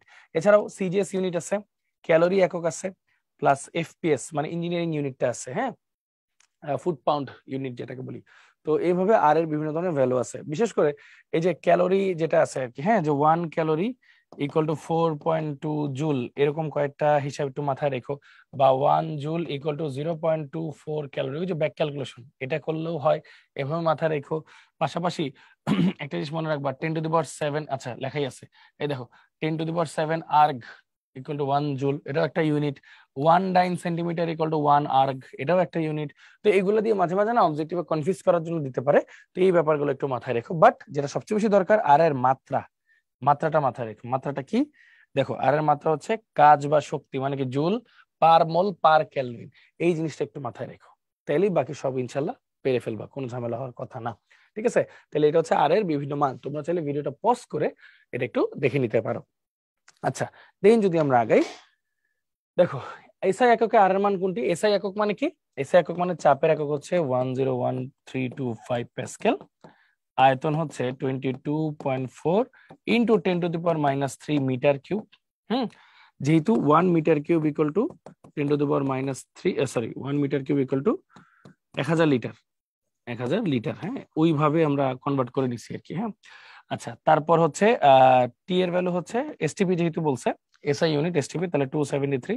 এগুলো যদি হিসাব করি সেক্ষেত্রে আর এর ভ্যালু আসবে, আর এন এর ভ্যালু 1 এক মোলের জন্য যেহেতু, তাহলে পিভি বাই এনটি করলে আমাদের আসবে 8.314 joule per mole per kelvin. তাহলে 8.314 জুল পার কেলভিন পার মোল বা joule per mole per kelvin. ঠিক আছে, হয়ে গেল, সিম্পল আমাদের একটা সলিউশন। তারপর যদি আমরা একটু আগে যাই, ওকে, বোল্টজম্যান ধ্রুবক। বোল্টজম্যান ধ্রুবক কি জানো? বোল্টজম্যান ধ্রুবক হচ্ছে বলি, এক মোল, এক মোলের জন্য আমার সার্বজনীন গ্যাস ধ্রুবক কোনটা? আর সার্বজনীন গ্যাস ধ্রুবক, এটা হলো এক মোলের জন্য। হ্যাঁ, তাহলে একটু চিন্তা করে দেখো তো, একটা অণুর জন্য কত হইতে পারে, মানে একটা অণুর জন্য। হ্যাঁ, এটা হলো এক মোলের জন্য, ঠিক আছে। তাহলে একটি অণুর জন্য কত? তাহলে আর বাই এক মোলের জন্য কি অ্যাভোগাড্রোর সংখ্যা, মানে 8.314 যদি এসআই এককে নিই আর কি, আর অ্যাভোগাড্রোর সংখ্যা 6.023 ইন্টু 10⁻23। তাহলে চলো একটু হিসাব করি, 8.314 বাই 6.023 ইন্টু 10⁻23 কত আসে? 1.38 into 10⁻23 joule per kelvin per molecule. কারণ আমি কিন্তু পার মোলে নেই, আমি কিন্তু এখন এক একটা অণুতে নিছি, মানে পার অণু, হ্যাঁ, joule per kelvin per molecule. দেখছো, এটা হলো এসআই এককে নিছি। ঠিক তেমনি লিটার অ্যাটমসফিয়ারে নিতে হলে কি করতে হবে, ওর যে ভ্যালু ওটাকে অ্যাভোগাড্রো সংখ্যা দিয়ে ভাগ করতে হবে, তাহলেই শেষ। ঠিক আছে, একই ভ্যালু। দেখো হয়ে গেল। ওকে, তো এইভাবে আমরা বোল্টজম্যান ধ্রুবকটা নিতে পারি। তাহলে বোল্টজম্যান ধ্রুবকটা আসলে কার জন্য প্রযোজ্য? এক মোল অণুর মধ্যে যে গ্যাস ধ্রুবকের মান সেটা বের করা যায়। এক মোল না হয়ে একটি অণু যদি হয়, একটি অণু, হ্যাঁ, এক মোল না হয়ে একটি অণুর যদি আমরা গ্যাস ধ্রুবক বের করতে যাই, সেক্ষেত্রে বোল্টজম্যান ধ্রুবকটা কাজে লাগবে। হ্যাঁ, তাহলে বোল্টজম্যান ধ্রুবককে কে দিয়ে প্রকাশ করা হয়? বোল্টজম্যান ধ্রুবক হচ্ছে কে ইকুয়াল টু R/Na। এটাই হচ্ছে তোমার কাঙ্ক্ষিত বোল্টজম্যান ধ্রুবক। ওকে, চলো আগে যাই। প্রয়োজনীয় সূত্র সময় তো দেখলাম যে বয়লের সূত্র, ওই যে পিভি ইকুয়াল টু কে পড়ছিলাম না, তাহলে এটা কি লেখা যায়? P1V1 ইকুয়াল টু P2V2 এভাবে লেখা যায়। আবার এটা কি পড়ছিলাম? V/T ইকুয়াল টু কে পড়ছিলাম, তাহলে সেই ক্ষেত্রে V1/T1 ইকুয়াল টু V2/T2 এরকম লেখা যায়। গেলুসেকের সূত্র কি পড়ছিলাম? P/T একটা ধ্রুবক পড়ছিলাম না, তাহলে এটার P1/T1 বাই P2/T2 এভাবে লেখা যায়। গ্যাসের সমন্বয় সূত্র মানে হচ্ছে আমরা যদি ধরো এই দুইটা সূত্রকে একসাথে করে দিই, হ্যাঁ, তখন কি হচ্ছে আসলে P1V1/T1 ইকুয়াল টু P2V2/T2 এরকম আর কি, যদি একসাথে করে দিই আর কি, সেই ক্ষেত্রে কি হয়। তারপর গ্যাসের সমন্বয় সূত্র দেখলাম, আদর্শ গ্যাস সমীকরণ কি, যে ভাইয়া যেটা দেখালাম, পিভি ইকুয়াল টু nRT। তো এখানে বেসিক্যালি সূত্রগুলো সামারি আকারে দেওয়া আছে, যাতে হচ্ছে আমরা সূত্রগুলো মিলেমিশে কেমন হতে পারে সেটা একটা আইডিয়া পেতে পারি। আচ্ছা, চলো আগে, যদি 3 লিটার আয়তনে কোনো গ্যাসের চাপ ও পরম তাপমাত্রা দ্বিগুণ করা হয় তবে তার আয়তন কত লিটার হবে? আচ্ছা, ধরো P1 হচ্ছে P, T1 হচ্ছে T নিলাম, আর V1 আয়তন দেওয়া আছে 3 লিটার। আচ্ছা, P2 চাপ হচ্ছে দ্বিগুণ করা হয়েছে, আয়তন হচ্ছে দ্বিগুণ করা হয়েছে, হ্যাঁ, আয়তন এসে দ্বিগুণ করা হয়েছে, তাহলে এর সরি তাপমাত্রা দ্বিগুণ করা হয়েছে, তাহলে আয়তনটা কত? ফর্মুলা কি? P1V1/T1 equal to P2V2/T2। তাহলে সুতরাং শুধু V2 ইকুয়াল টু কি? V2 ইকুয়াল টু থাকতেছে P1V1T2 বাই P2T1। তাহলে P1 এর ভ্যালু তো P ইন্টু V1 এর ভ্যালু তো হচ্ছে 3 লিটার ইন্টু T2 এর ভ্যালু হচ্ছে 2T বাই P2 এর ভ্যালু হচ্ছে 2P ইন্টু তোমার T1 এর ভ্যালু হচ্ছে শুধু T। তাহলে দেখো এটা এটা কাটা, এটা কাটা, 2 কাটা, তাহলে অ্যান্সার কিন্তু 3 লিটার। তাহলে অ্যান্সার আসতেছে 3 লিটার। দেখছো, রাজশাহী ইউনিভার্সিটিতে আসছে, খুব সিম্পল, ইজিলি করা যায়। তারপর দেখো অ্যাভোগাড্রো সংখ্যার অর্ধেক সংখ্যক, দেখো অ্যাভোগাড্রো সংখ্যা মানে 1 মোল, এটার অর্ধেক মানে হচ্ছে তাহলে হাফ মোল। আচ্ছা, half mole carbon dioxide অণুর ক্ষেত্রে আদর্শ গ্যাস সমীকরণ, তাহলে PV equal to nRT, N এর ভ্যালু হচ্ছে হাফ, তাহলে PV equal to half RT, তাহলে 2PV equal to RT। Answer B, 2PV equal to RT। শেষ, কত সিম্পল, হ্যাঁ, ইজি ইজি, থিওরি বুঝলে কোনো সমস্যাই নেই ম্যাথ করতে। গ্যাসের ঘনত্বের উপর তাপমাত্রার প্রভাব সম্পর্কিত অনুসিদ্ধান্ত কে প্রদান করেন? আচ্ছা, গ্যাসের ঘনত্ব মানে হলো ঘনমাত্রা মানে আয়তনের সাথে রিলেটেড, তাহলে আয়তনের সাথে তাপমাত্রা সম্পর্ক আসলে কে দিচ্ছে? চার্লস, তাই না? আচ্ছা, এটা কিভাবে সম্ভব? দেখো ভি আমরা কি জানি, মানে ঘনত্ব, ঘনত্ব ইকুয়াল টু কি? Rho, rho equal to m/v, rho equal to w/v। তো আমরা যেহেতু বলছি V is proportional to T, এরকম ফর্মুলা যেহেতু আছে, তো আলটিমেটলি এটা এখানে কি দেখা যায়? রো ইজ 1/v, তাহলে এই সূত্র অনুযায়ী কি লেখা যায়? Rho is equal to 1/t। এরকম টেম্পারেচার বাড়লে ঘনত্ব কমে, সিম্পল, এভাবে করে আমরা আসলে লিখতে পারি। ঠিক আছে, তো এইখান থেকে আসলে অনেকগুলো সূত্র বের করা সম্ভব। আচ্ছা, তো এটা আমরা মোটামুটি দেখলাম। ঠিক আছে, রো লেখে অনেক জায়গায় ডি লেখে, ডি ডেনসিটি, হ্যাঁ, রো সমানুপাতিক মানে ব্যস্তানুপাতিক, টি এর ব্যস্তানুপাতিক। এই সূত্রগুলো আসলে ওই ভি সমানুপাতিক 1/t থেকেই আসলে কনসিডার করা হয়, যেটা হচ্ছে চার্লসের সূত্র। আচ্ছা, তারপর দেখো প্রমাণ তাপমাত্রা ও চাপে একটি গ্যাসের ঘনত্ব এত, ঘনত্ব মানে ওই যে ডি আর কি, হলে 17°C তাপমাত্রায় ওই গ্যাসের ঘনত্ব কত হবে? আচ্ছা, ঠান্ডা মাথায় চলো একটু ফর্মুলাটা আগে শিখি। PV equal to nRT, PV equal to N মানে কি? W/m/RT, তাহলে PM ইকুয়াল টু W/v/RT।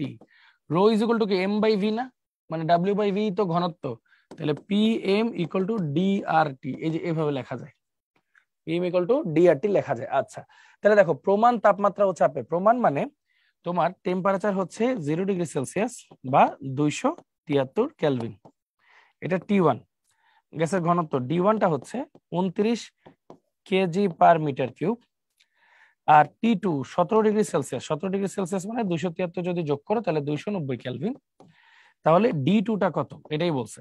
তো ফর্মুলা কি, ডি আর টি এর সম্পর্ক কি দেখো উল্টা না, তাহলে D1T1 equal to D1T1 equal to D2T2।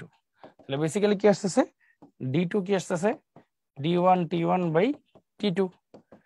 তাহলে আসো ভ্যালুগুলো বসাই। D1 এর ভ্যালু কত আসছিল 29 ইন্টু T1 এর ভ্যালু কত 273, আর D2 এর ভ্যালুটা কত ভাইয়া 290। তাহলে এটা কাটলে হয় 10, 10টা যদি 273 দিয়ে ভাগ করো 27.3 কেজি পার মিটার কিউব। কেন বুঝলাম, এই যে একক দেখে। তাহলে আমার অ্যান্সার কি আসলো 27.3 কেজি পার মিটার কিউব। দেখো এ ক্যালকুলেটর কিন্তু লাগে নাই, একদম ইজি সিম্পল। বায়ুমণ্ডলীয় চাপে 100 ml গ্যাসের উপর কত চাপ বৃদ্ধি করলে এর আয়তন 76 ml হবে। আচ্ছা, বায়ুমণ্ডলীয় চাপে মানে 1 অ্যাটমসফিয়ার 100 ml গ্যাসের উপর, তাহলে দেখো P1 1 অ্যাটমসফিয়ার, V1 100 ml। তারপর আয়তন বৃদ্ধি কত চাপ বৃদ্ধি করলে, মানে ডেল্টা পি চাইছে, চাপ বৃদ্ধি কত এটা চাইছে। তাহলে এর আয়তন V2 76 ml হবে, 76 ml। তাহলে P2 টা কত এটাকে বের করি। তাহলে P1 V1 equal to P2 V2। তাহলে সুতরাং P2 ইকুয়াল টু কি, P1 কত 1 ইন্টু V1 কত 100 বাই V2, V2 টা কত 76, এটা আসে। আচ্ছা, P2 equal to P1 V1 by V2। আচ্ছা, তাহলে আমার কত আসতেছে 100/76, এটা আসতেছে সিম্পল। এখন তাহলে চাপের কতটুকু বৃদ্ধি করা হয়েছে, চাপ বৃদ্ধি করছে দেখি তো আয়তন কমছে, তাই না? তাহলে চাপ বৃদ্ধিটাকে আমরা কিভাবে লিখি, delta P equal two P2 minus P1, তাই তো? তাহলে 100/76 মাইনাস 1, P1 যেহেতু 1, তাহলে আলটিমেটলি 100 মাইনাস 76/76 ইকুয়াল টু 24/76। আচ্ছা, 24/76, তাহলে 24/76 যদি আমরা করি তাহলে কত আসা উচিত আমাদের বলো তো? বায়ুমণ্ডলীয় চাপে 100 ml গ্যাসের উপর কত চাপ বৃদ্ধি করলে এর আয়তন এত হবে। তাহলে P1 V1 P2 V2 দিয়ে আমরা কিন্তু মোটামুটি সলভ করে ফেললাম। তাহলে অলমোস্ট আমাদের অ্যান্সার কত আসে বলতো, P2 টা P2 বের করলাম, ডেল্টা পি বের করলাম। তাহলে কোনটার সাথে মিলে আমাদের কত চাপ বৃদ্ধি করলে এই জিনিসটা হওয়া উচিত? তাহলে আমাদের হওয়া উচিত হচ্ছে এক বায়ুমণ্ডলীয় চাপ মিলিমিটার মার্কিউরিক প্রেসার। ওকে, তাহলে দেখো এটা কিন্তু অ্যাটমসফিয়ারে আসছে, তাই না? আমাদের তো কনভার্ট করতে হবে কিসে, আমাদের কনভার্ট করতে হবে মিলিমিটার মার্কিউরিক প্রেসার। তাহলে দেখো 24/76, এটার মানে এক অ্যাটমসফিয়ার মানে কত মিলিমিটার, 760 না? তাহলে ইন্টু 760 মানে এটা তো 76 সেন্টিমিটার মার্কিউরিক প্রেসার। হ্যাঁ, এটার বলি 1 অ্যাটমসফিয়ার, তাহলে 76 সেন্টিমিটার মিলি সেন্টি এরকম বলি না? তাহলে মিলিটা করলে 760 মিলি ইকুয়াল টু 1 অ্যাটমসফিয়ার। তাহলে 760 দিয়ে মাল্টিপ্লাই করলে কি মিলিমিটার মার্কিউরিক প্রেসার পেয়ে যাব। তাহলে দেখো এটা যদি কাটাকাটি করি 10, তাহলে 240, আর 240টাকে আমরা কি লেখা যায় 2.4 ইন্টু 10⁻², মিলিমিটার মার্কিউরিক প্রেসার। তাহলে অ্যান্সার কিন্তু B, 2.4 into 10⁻² millimetre mercuric pressure. মনে রাখবা, ম্যাক্সিমাম মানুষ যে ভুলটা করে, ম্যাক্সিমাম মানুষ কি করে P2 টাকেই অ্যান্সার টেন্সার বসায় দিয়ে দেয়। হ্যাঁ, তখন কিন্তু অ্যান্সার এই যে এটার সাথে মিলবে, এর সাথে হবে না। কিন্তু বলছে কত চাপ বৃদ্ধি করলে, বৃদ্ধি কত করলে, সো অ্যান্সার কিন্তু এভাবে বের করতে হবে। ওকে, আচ্ছা এবার আসি। এসটিপি তে 3.2 গ্রাম একটি গ্যাস 2.24 লিটার আয়তন দখল করলে গ্যাসটি হতে পারে। আচ্ছা খেয়াল করো, 3.2 গ্রাম একটি গ্যাস আয়তন 2.24 এসটিপি তে বলছে। তাহলে দেখো PV equal to W by M R T. তাহলে এম ইকুয়াল টু কি থাকলেছে W R T by PV. এখন ডাব্লিউ কত 3.2 গ্রাম, আর কত হবে 0.0821 হবে, টি কত এসটিপি বলছে 273 হবে, ডিভাইড বাই পি এর ভ্যালু 1 অ্যাটমসফিয়ার হবে, আর ভি এর ভ্যালু হবে হচ্ছে আয়তন 2.24 লিটার। আচ্ছা, এখন একটা চ্যালেঞ্জিং কোশ্চেন আসছে যে না ঠিক আছে এটা হচ্ছে কিভাবে আমরা করতে পারি। তো এইটার ভ্যালু যদি আমাদের বের করতে হয়, কাছাকাছি যদি একটা ভ্যালু বের করতে হয়, সেক্ষেত্রে আমরা কি করব, চলো একটু হিসাব করি। ধরো 3.2 যেহেতু আছে, 273 যেহেতু আছে, ডাব্লিউ দেওয়া আছে, পিভি ভাগ করলাম W R T by PV. তাইলে আচ্ছা ওই সময় ক্যালকুলেটর ছিল, সরি ভুলে গেছিলাম। ওই সময় যেহেতু ক্যালকুলেটর ছিল তাহলে এটার হিসাবটা একটু করে ফেলি। 3.2 ইন্টু 0.0821 ইন্টু 273 ভাগ হচ্ছে 2.24, তাহলে আমার অ্যান্সার আসতেছে হচ্ছে 32। আচ্ছা, তাহলে আমার অ্যান্সার আসতেছে 32। আচ্ছা, তো এটা যদি 32 আমার অ্যান্সার আসে, সেই ক্ষেত্রে আপনি অ্যান্সারটা কিভাবে দিতে পারবো? তাহলে দেখো তো 32 কার হয় এখানের মধ্যে? কার্বন মনোক্সাইড, কার্বন তো 12, অক্সিজেন 16, কত হয় 28। তারপর এটা হলো কার্বন 12, অক্সিজেন হলো 16 দুগুণে 32, কত হয় 44। তারপর নাইট্রোজেন হয় 28, আর এটা হয় অক্সিজেন 16 দুগুণে 32, তাহলে অ্যান্সার ডি, 32 হবে। অ্যান্সার হচ্ছে ডি। আচ্ছা, এখন চলো তো একটু ট্রাই করি যে এটারে কাটাকাটি করা যায় কিনা। চলো একটু ট্রাই করি আমরা। ট্রাই যদি করতেই হয়, দেখো ম্যানুয়ালি করা যায় কিনা একটু চিন্তা করি। এই দশমিকটাকে যদি ঘুরায় এই পাশে আনি, তাহলে এটাকে কি লেখা যায়? এটা লেখা যায় 8 লেখা যায় আর কি শুধু। হ্যাঁ, দশমিকটা 2 ঘর সামনে নিলাম, তার মানে এটারও আমরা 224 লিখতে পারি। আর এটারে যদি আমরা 32 লিখি, 32 না তো, এটা শুধু আমরা 3ও লিখতে পারি। হ্যাঁ, বা 3.2 যেটা আছে সেটাই থাকুক, ঠিক আছে, আপাতত থাকুক। এখন আচ্ছা, এটার যদি 8 লিখি আর এটারে ধরো 220 লিখলাম, হ্যাঁ কাছাকাছি যেটা, এটারে ধরো লিখলাম 270, এটারে ধরো কাছাকাছি লিখলাম 10, ঠিক আছে, এটা কাটলাম, তাহলে থাকলো কত 22। হ্যাঁ, আচ্ছা 22 থাকলো। তাহলে এটার যদি আরেকটু কাটাকাটি করি, ধরো 22 আছে, 22কে যদি 20 ধরি, ঠিক আছে, 20 ধরলে এটা কাটা, 2 রে যদি আরো কাটি, এটা যদি 28, 280 ধরি আর কি, তাহলে কত হয় 14, তাই তো। 14 ইন্টু 32, না এর এখানে হাতের ক্যালকুলেশন একটু ঝামেলা হবে। এটাই, সো এটাই দেখতেছিলাম, আমি একটু ক্রস চেক করতেছিলাম যে ইন এনি কেস এই টাইপের জিনিসকে হাতের ক্যালকুলেশন সে করা যাবে কিনা। তার মানে বুঝতেছো, যেগুলো আমাদের হাতের ক্যালকুলেশন করা যাবে ওই টাইপের কিন্তু ম্যাথ দিবে, যদি ক্যালকুলেটর না থাকে। আর যদি না থাকে মানে থাকে, সেই ক্ষেত্রে কিন্তু এগুলা করা যাবে না, বুঝছো? আচ্ছা, সো চলো একটু আগে যাই। বায়ু চাপের 1 অ্যাটমসফিয়ার একক সমান, বায়ু চাপের 1 অ্যাটমসফিয়ার, 1 অ্যাটমসফিয়ার মানে কি? 760 মিলিমিটার মার্কিউরিক প্রেসার অথবা 76 সেন্টিমিটার মার্কিউরিক প্রেসার। তো 76 মানে 7.6 ইনটু 10 টু দি পাওয়ার মানে 76 হয়ে যায়, এটাও ঠিক আছে। আবার 760 10 টু দি পাওয়ার 0 মানে কি 1, 760, এটাও ঠিক আছে। তার মানে এ আর বি হবে উভয়। অ্যান্সার হচ্ছে ডি, এ এন্ড বি উভয়, ঠিক আছে। আচ্ছা, তো চলো একটু সামনের দিকে আগাই। 37 ডিগ্রি সেলসিয়াস তাপমাত্রায়, আচ্ছা ওয়েট, আমি কি পুরোটা মুছে দিছি? একটু দেখি তো এটা ফেরত আসে নাকি। না, এখন ফেরত আসলে ঝামেলা আছে। ওকে, তবে দেখো 37 ডিগ্রি সেলসিয়াস তাপমাত্রা, ও আচ্ছা এটা খুলনা ইউনিভার্সিটি 1920, আচ্ছা তখন ক্যালকুলেটর ছিল এটা, বুঝছো? এটা ক্যালকুলেটর ছাড়া করতে পারবো না আমরা। তো আমাদের যদি ডিজিট গুলো চেঞ্জ করে থাকলো সেই ক্ষেত্রে আমরা করতে পারতাম। হ্যাঁ, কয়েকটা উদাহরণ দেখাবো তোমাদেরকে। দেখো 37 ডিগ্রি সেলসিয়াস তাপমাত্রা, তাহলে টি দেওয়া আছে 37 ডিগ্রি সেলসিয়াস তাপমাত্রা। আচ্ছা, তাহলে 37 প্লাস 273, হ্যাঁ এত কেলভিন। আচ্ছা, প্রেসার দেওয়া আছে পি, পি হচ্ছে 102.4 কিলো প্যাসকেল। আচ্ছা, আয়তন দেওয়া আছে ভি 590 সেন্টিমিটার কিউব, যে কোনো একটাতে কনভার্ট করতে হবে আর কি। হ্যাঁ, তারপর হচ্ছে গ্যাসের ভর ডাব্লিউ দেওয়া হচ্ছে 0.762 গ্রাম। বলছে আণবিক ভর গ্রাম পার মোলে কত? আণবিক ভর একক গ্রাম পার মোলই থাকে, বাট পি আর ভি কে যে কোনো একটা এককে কনভার্ট করতে হবে। হ্যাঁ, এটাকে হয় তাহলে 102.4 বাই 101.325 এ যদি কনভার্ট করি, তাহলে এটা অ্যাটমসফিয়ারে চলে আসবে, ঠিক আছে। আর এটারে হচ্ছে তোমার কিসে নিতে হবে? সেন্টিমিটার কিউব আছে তো, মানে এমএল, 590 এমএল, এটারে লিটারে নিতে হবে, তাহলে 0.59 লিটার, ঠিক আছে, এভাবে কনভার্ট করতে হবে। তারপর আর এর ভ্যালু ইউজ করবে তুমি 0.0821 litre atmosphere per mole per kelvin. আচ্ছা, এখন কথা হচ্ছে কেন আমি এটা কনভার্ট করে নিলাম? হয় তুমি লিটার অ্যাটমসফিয়ারে কনভার্ট করবে, অথবা প্যাসকেল মিটার কিউবে কনভার্ট করবে, তোমার ইচ্ছা, তখন আর এর ভ্যালু অমনে চেঞ্জ হবে অ্যাকর্ডিংলি। হ্যাঁ, আচ্ছা, তাহলে ফর্মুলা কি? ফর্মুলা হচ্ছে PV equal to N R T, যেটাকে আমরা লিখি PV equal to W by M R T. তাহলে শুধু এম ইকুয়াল টু আসতেছে W R T by PV. তাহলে চলো একটু হিসাব করি, ডাব্লিউটা কত? ডাব্লিউটা আসতেছে হচ্ছে 0.762 ইন্টু আর হচ্ছে 0.0821 ইন্টু টি হচ্ছে 37 ডিগ্রি প্লাস 273, তাই তো, 37 প্লাস 273। ওকে, নিচে হচ্ছে পিভি, পি এর ভ্যালু হচ্ছে 102.4 kilo pascal divided by 101.325 into volume হচ্ছে 0.59। ওকে, তাহলে টোটাল আমার অ্যান্সারটা আসে হচ্ছে 32.3 5, হ্যাঁ 32.5, তাহলে অ্যান্সার হচ্ছে 32.5।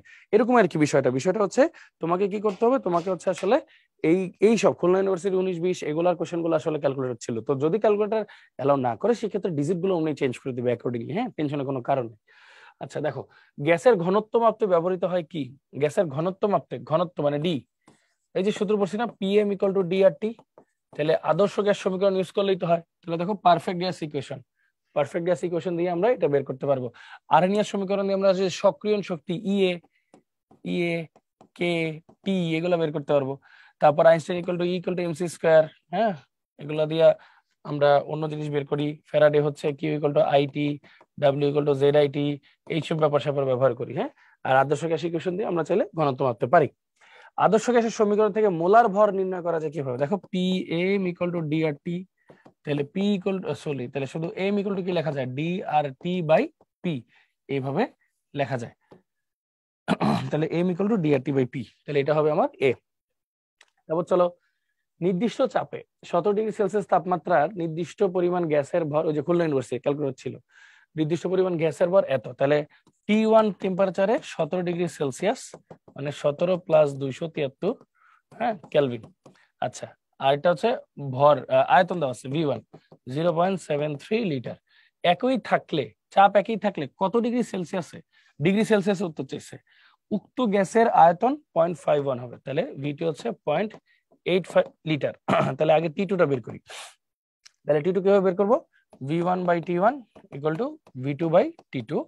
এই ক্ষেত্রে তাহলে T2 টা কি হবে, T2 টা হবে হচ্ছে, যদি এই পাশে আনি তাহলে হচ্ছে V2 T1 বাই V1।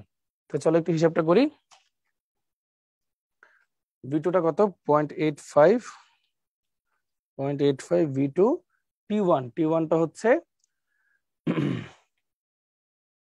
290 ভাগ V1 টা কত 0.73।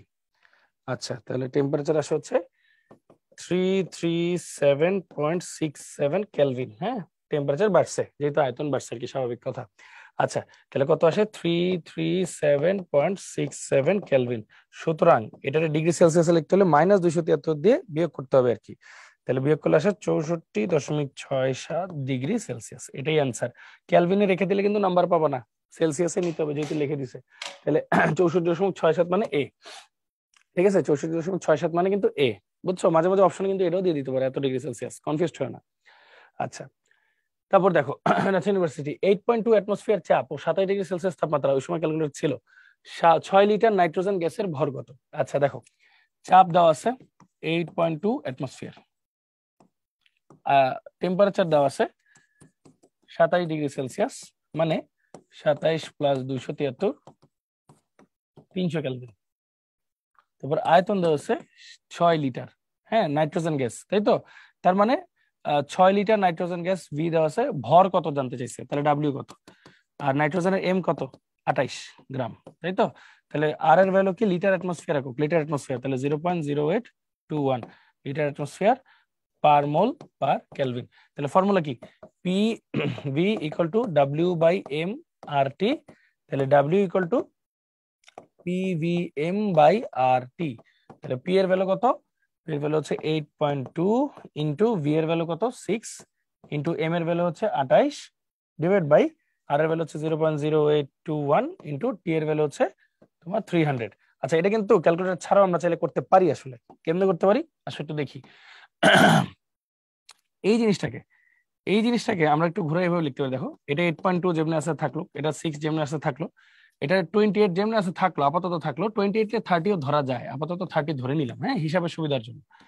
আর এটাতে এমনি লেখা যায় না, দেখো তো 8.2 মানে এই দশমিকটাকে 2 ঘর ডানে যদি আমরা নিয়ে আসি তাহলে একটা মাইনাস ইয়ে হবে, 10⁻² গুণ হবে, হ্যাঁ 2 ঘর ডানে সরেছে তাহলে 10⁻² নিলাম, নেওয়ার পরে আমরা জাস্ট কি করব, এখানে 300 যদি লিখি তাহলে একটু খেয়াল করে দেখো, এটা যদি কাটাকাটি করি এখানে একটা 10 আসলো, দেখছো, জাস্ট এটা কিন্তু 10⁻1 আর কি, হ্যাঁ 10⁻1, তাহলে এটা আমরা কি লিখতে পারি, দেখো এটা কাটা 6 থাকলো, আর ইনটু খেয়াল করো 10 - 2 +1, তাহলে -1 উপরে চলে গেলে প্লাস হয়ে যাবে, তাহলে আলটিমেটলি এটা হবে 60, আলটিমেটলি 60 এর কাছাকাছি একটা অ্যান্সার আসবে আর কি, বুঝছো, 60 এর কাছাকাছি 60 গ্রামের কাছাকাছি একটা অ্যান্সার আসবে।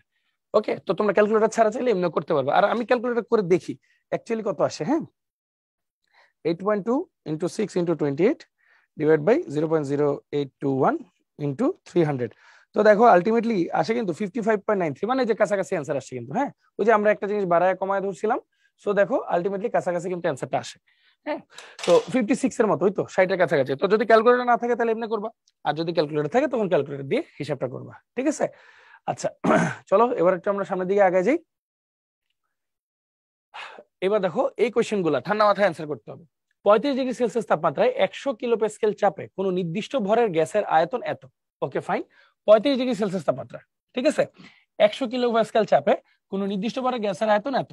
তাহলে চাপটা আগে লিখে ফেলি 100 কিলোপ্যাসকেল, আয়তনটা লিখে ফেলি 300 সেন্টিমিটার কিউব। স্থির তাপমাত্রা, তাপমাত্রা ফিক্স, তো ওর নিয়ে কোনো কাহিনী নাই।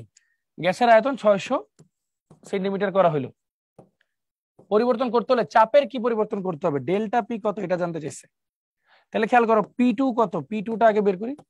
তাহলে P one V one equal to P two V two. তাহলে মান বসাই, পি টু ইকুয়াল টু কত, P one V one by V two. তাহলে পি ওয়ান এর ভ্যালু কত, পি ওয়ান এর ভ্যালু হচ্ছে 100 কিলোপ্যাসকেল ইন্টু 300 ডিভাইড বাই 600। এটা কাটা 2, তাহলে 50, তাই তো। তাহলে 50 হলো আমার অ্যান্সার। হ্যাঁ, তাহলে 50 কিলোপ্যাসকেল। তাহলে সুতরাং ডেল্টা পি, চাপের পরিবর্তন, ডেল্টা পি হচ্ছে P two minus P one equal to 50 minus 100 equal to minus 50 kilopascal. সুতরাং 50 কিলোপ্যাসকেল হ্রাস পাবে, এই যে হ্রাস পাবে, এটাই হচ্ছে আমার অ্যান্সার। ঠিক আছে, 50 কিলোপ্যাসকেল হ্রাস পাবে, এটাই হচ্ছে আমার অ্যান্সার। ঠিক আছে, সহজ একটা জিনিস, এটা নিয়ে কোনো ঝামেলা কিছু নেই। দেখছো এরকম ক্যালকুলেশনই আসবে পরীক্ষায় যদি ক্যালকুলেটর অ্যালাউ না থাকে। তারপর আসো 100 কিলোপ্যাসকেল চাপে পি ওয়ান, 100 কিলোপ্যাসকেল চাপে কিছু মার্বেল সহ গ্যাসের আয়তন, কিছু মার্বেল সহ গ্যাসের আয়তন। মার্বেলটা কিন্তু কঠিন পদার্থ, তাই না? তো খেয়াল করো, ধরো আমার কাছে একটা পাত্র আছে, এখানে কিছু মার্বেল আছে, এই মার্বেল গুলা সহ গ্যাসের আয়তন দেওয়া আছে 10 মিটার কিউব। এখন ধরি এই মার্বেল গুলার আয়তন ধরি এক্স মিটার কিউব। হ্যাঁ, তাহলে আমরা তো আদর্শ গ্যাসের সমীকরণ পড়ি না, পিভি ইকুয়াল টু এনআরটি, এগুলো তো আদর্শ গ্যাসের সমীকরণ। তো আদর্শ গ্যাসের সমীকরণ মানে কি, শুধু গ্যাসের আয়তনটা নিতে হবে। তাহলে ভি ওয়ান শুধু গ্যাসের আয়তন ইকুয়াল টু কত হবে, মোট আয়তন থেকে যদি মার্বেলের আয়তনটা বাদ দিই, আর মার্বেল তো কঠিন পদার্থ, কঠিন পদার্থ তো আর গ্যাসের আয়তন মানে গ্যাসের সূত্র দিয়ে চেঞ্জ হবে না, সো কঠিন পদার্থের আয়তন ফিক্স থাকবে, নিলাম। আবার দেখো পি টু 200 কিলোপ্যাসকেল চাপে, তাহলে 200 কিলোপ্যাসকেল চাপে মার্বেল সহ ওই গ্যাসের আয়তন 2 মিটার কিউব। মানে আবার মার্বেল সহ আমি চাপ বাড়াই দিছি তো আয়তন কমে গেছে 2 মিটার কিউব, মার্বেলের আয়তন কিন্তু আগের মতোই এক্স মিটার কিউব। তাহলে ভি টু শুধু গ্যাস, যেহেতু আদর্শ গ্যাসের সমীকরণ পড়তেছি, শুধু গ্যাসের আয়তন কি আসে বলতো, মোট আয়তন থেকে যদি আমি মার্বেলের আয়তন বাদ দিই, সেটা বলছে মার্বেল গুলোর আয়তন কত, এক্স। ফর্মুলা কি, P one V one equal to P two V two, আদর্শ গ্যাসের সমীকরণ যেহেতু এগুলো, তাই না? তাহলে কত, 100 into 10 minus x equal to 200 into তোমার 2 মাইনাস এক্স। তাহলে হিসাব করো, এখানে থাকলো 2, তাহলে 10 minus x equal to 4 minus 2x, এরকম আসলো ব্যাপারটা। 10 মাইনাস এক্স ইকুয়াল টু 2 দুগুণে 4 মাইনাস 2x। তাহলে এই পাশে যদি আসি আমি, 2x টাকে এই পাশে আনি, 2x minus x equal to এই পাশে যদি আমি নিয়ে যাই বা ওই তো ব্যাক ক্যালকুলেশন করি, একটু মনে হয় ডেটায় সমস্যা আছে, জাস্ট একটা মিনিট দাঁড়াও। 2 যদি হয় 2x 100, তাহলে আসলো 3 4, জাস্ট এ বিট, আমি একটু ডেটা নিয়ে একটু কাজ করি, একটা মিনিট দাঁড়াও। এটা যদি 5ও হয় 10, 6 যদি হয় 12 মাইনাস 2, তাহলে এখানে একটু ডেটাটা চেঞ্জ করি, 6 মাইনাস 6। হ্যাঁ, এটা ডেটাটা একটু চেঞ্জ করে দিই, এটা 6 মিটার কিউব দিয়ে দিই, এটা 6 দিয়ে দিই। হ্যাঁ, ডেটা, আচ্ছা ডেটা, তাহলে দেখো এটা যদি চেঞ্জ করি তাহলে কি হবে, 6 ইন্টু 2 12 মাইনাস 2x। আচ্ছা, তাহলে যদি এটা এই পাশে আসে তাহলে 2x মাইনাস x, আর এটা হবে 12 মাইনাস 10। তাহলে ব্যাপারটা কি দাঁড়ালো, 2x। তাহলে x equal to 2 metre cube. তাহলে অ্যান্সার কি, x equal to 2 metre cube. বুঝছো, মানে বিষয়টা কি, বিষয়টা হচ্ছে ম্যাথ গুলো এইভাবেই আসবে। ম্যাথ গুলা হচ্ছে তোমাকে এরকম ভাবে ডেটা গুলা দিবে যাতে তোমার ডিফিকাল্টি না হয়। তো ভাইয়া যেটা তোমাদেরকে বলতেছি, ঠান্ডা মাথায় একটু বোঝার চেষ্টা করো আগে। সেটা হচ্ছে, বুঝাইছে কি, কিছু মার্বেল ছিল একটা পাত্রে, ওই গ্যাস ছিল আর কি ওটাতে, ওই গ্যাস মার্বেল সব সহ আয়তন দিছে একটা। মার্বেলটা কঠিন পদার্থ, তো আদর্শ গ্যাসের সমীকরণের কারণে ওর তো তেমন একটা পরিবর্তন হবে না। তো বেশি মানে বেসিক কথা হচ্ছে মার্বেল গুলোর আয়তন ধরে নিলাম এক্স। তাহলে এই সমীকরণ যে বসাইতেছে এগুলোতে তো শুধু গ্যাসের আয়তন বসাইতে হবে। তাহলে শুধু গ্যাসের আয়তন কি, মোট আয়তন থেকে মার্বেল আয়তন বাদ দিলেই তো গ্যাসের আয়তনটা আসতেছে, এই যে এটা। তারপর পরের কেসটাও সেম, দেখো মার্বেল সহ গ্যাসের আয়তন বলছে, তাহলে মার্বেল সহ গ্যাসের আয়তন যদি 6 হয়, ওটা থেকে মার্বেল বাদ দিলে শুধু গ্যাসের আয়তন পাবো। তারপর সমীকরণে বসাই দিলে অ্যান্সার আমার ব্যাক ক্যালকুলেশনে ইজিলি চলে আসবে।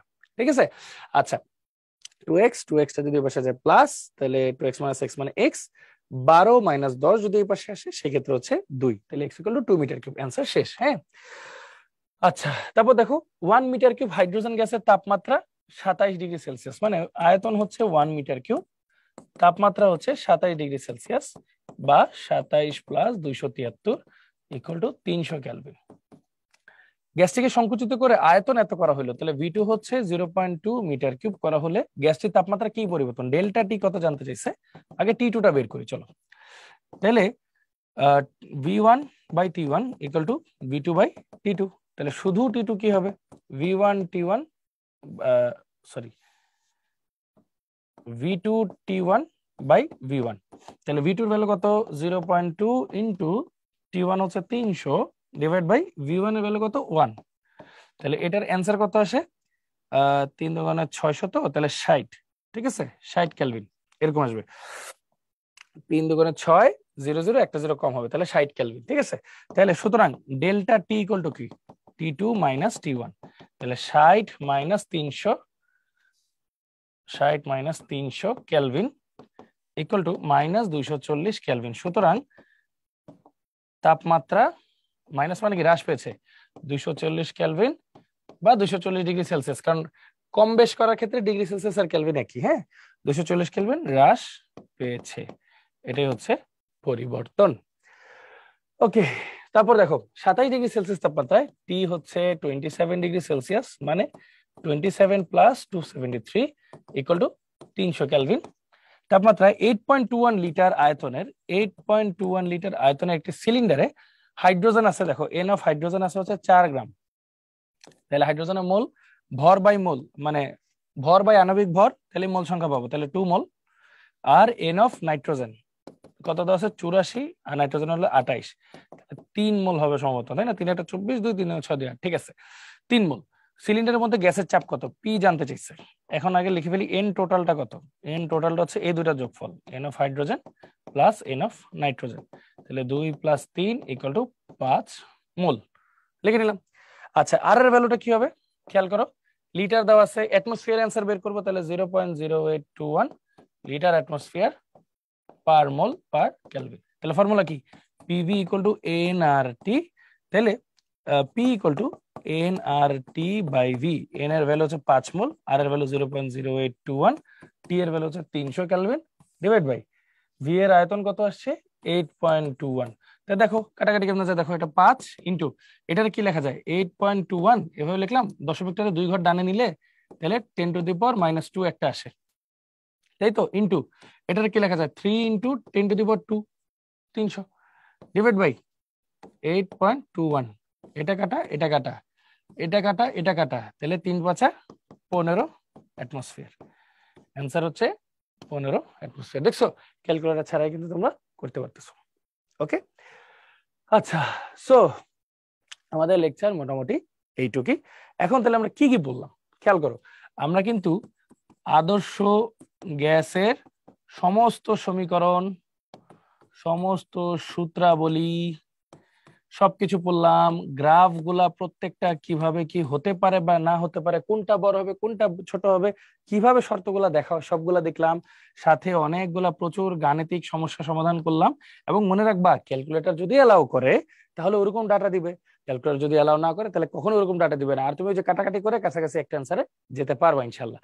তো এত এত গ্রাফ, এত এত সমীকরণ, জিনিসগুলো কিন্তু একটু ঠান্ডা মাথায় দেখতে হবে, বিশেষ করে আর এর একক গুলা, কে এর একক গুলা, বোল্টজম্যান ধ্রুবক, সার্বজনীন গ্যাস ধ্রুবক, এই একক গুলা কোথায় কি ব্যবহার করতেছো এটা খুবই গুরুত্বপূর্ণ। যেমন তুমি যদি লিটার অ্যাটমসফিয়ার এককে নাও তাহলে 0.0821 litre atmosphere per mole per kelvin, এটা।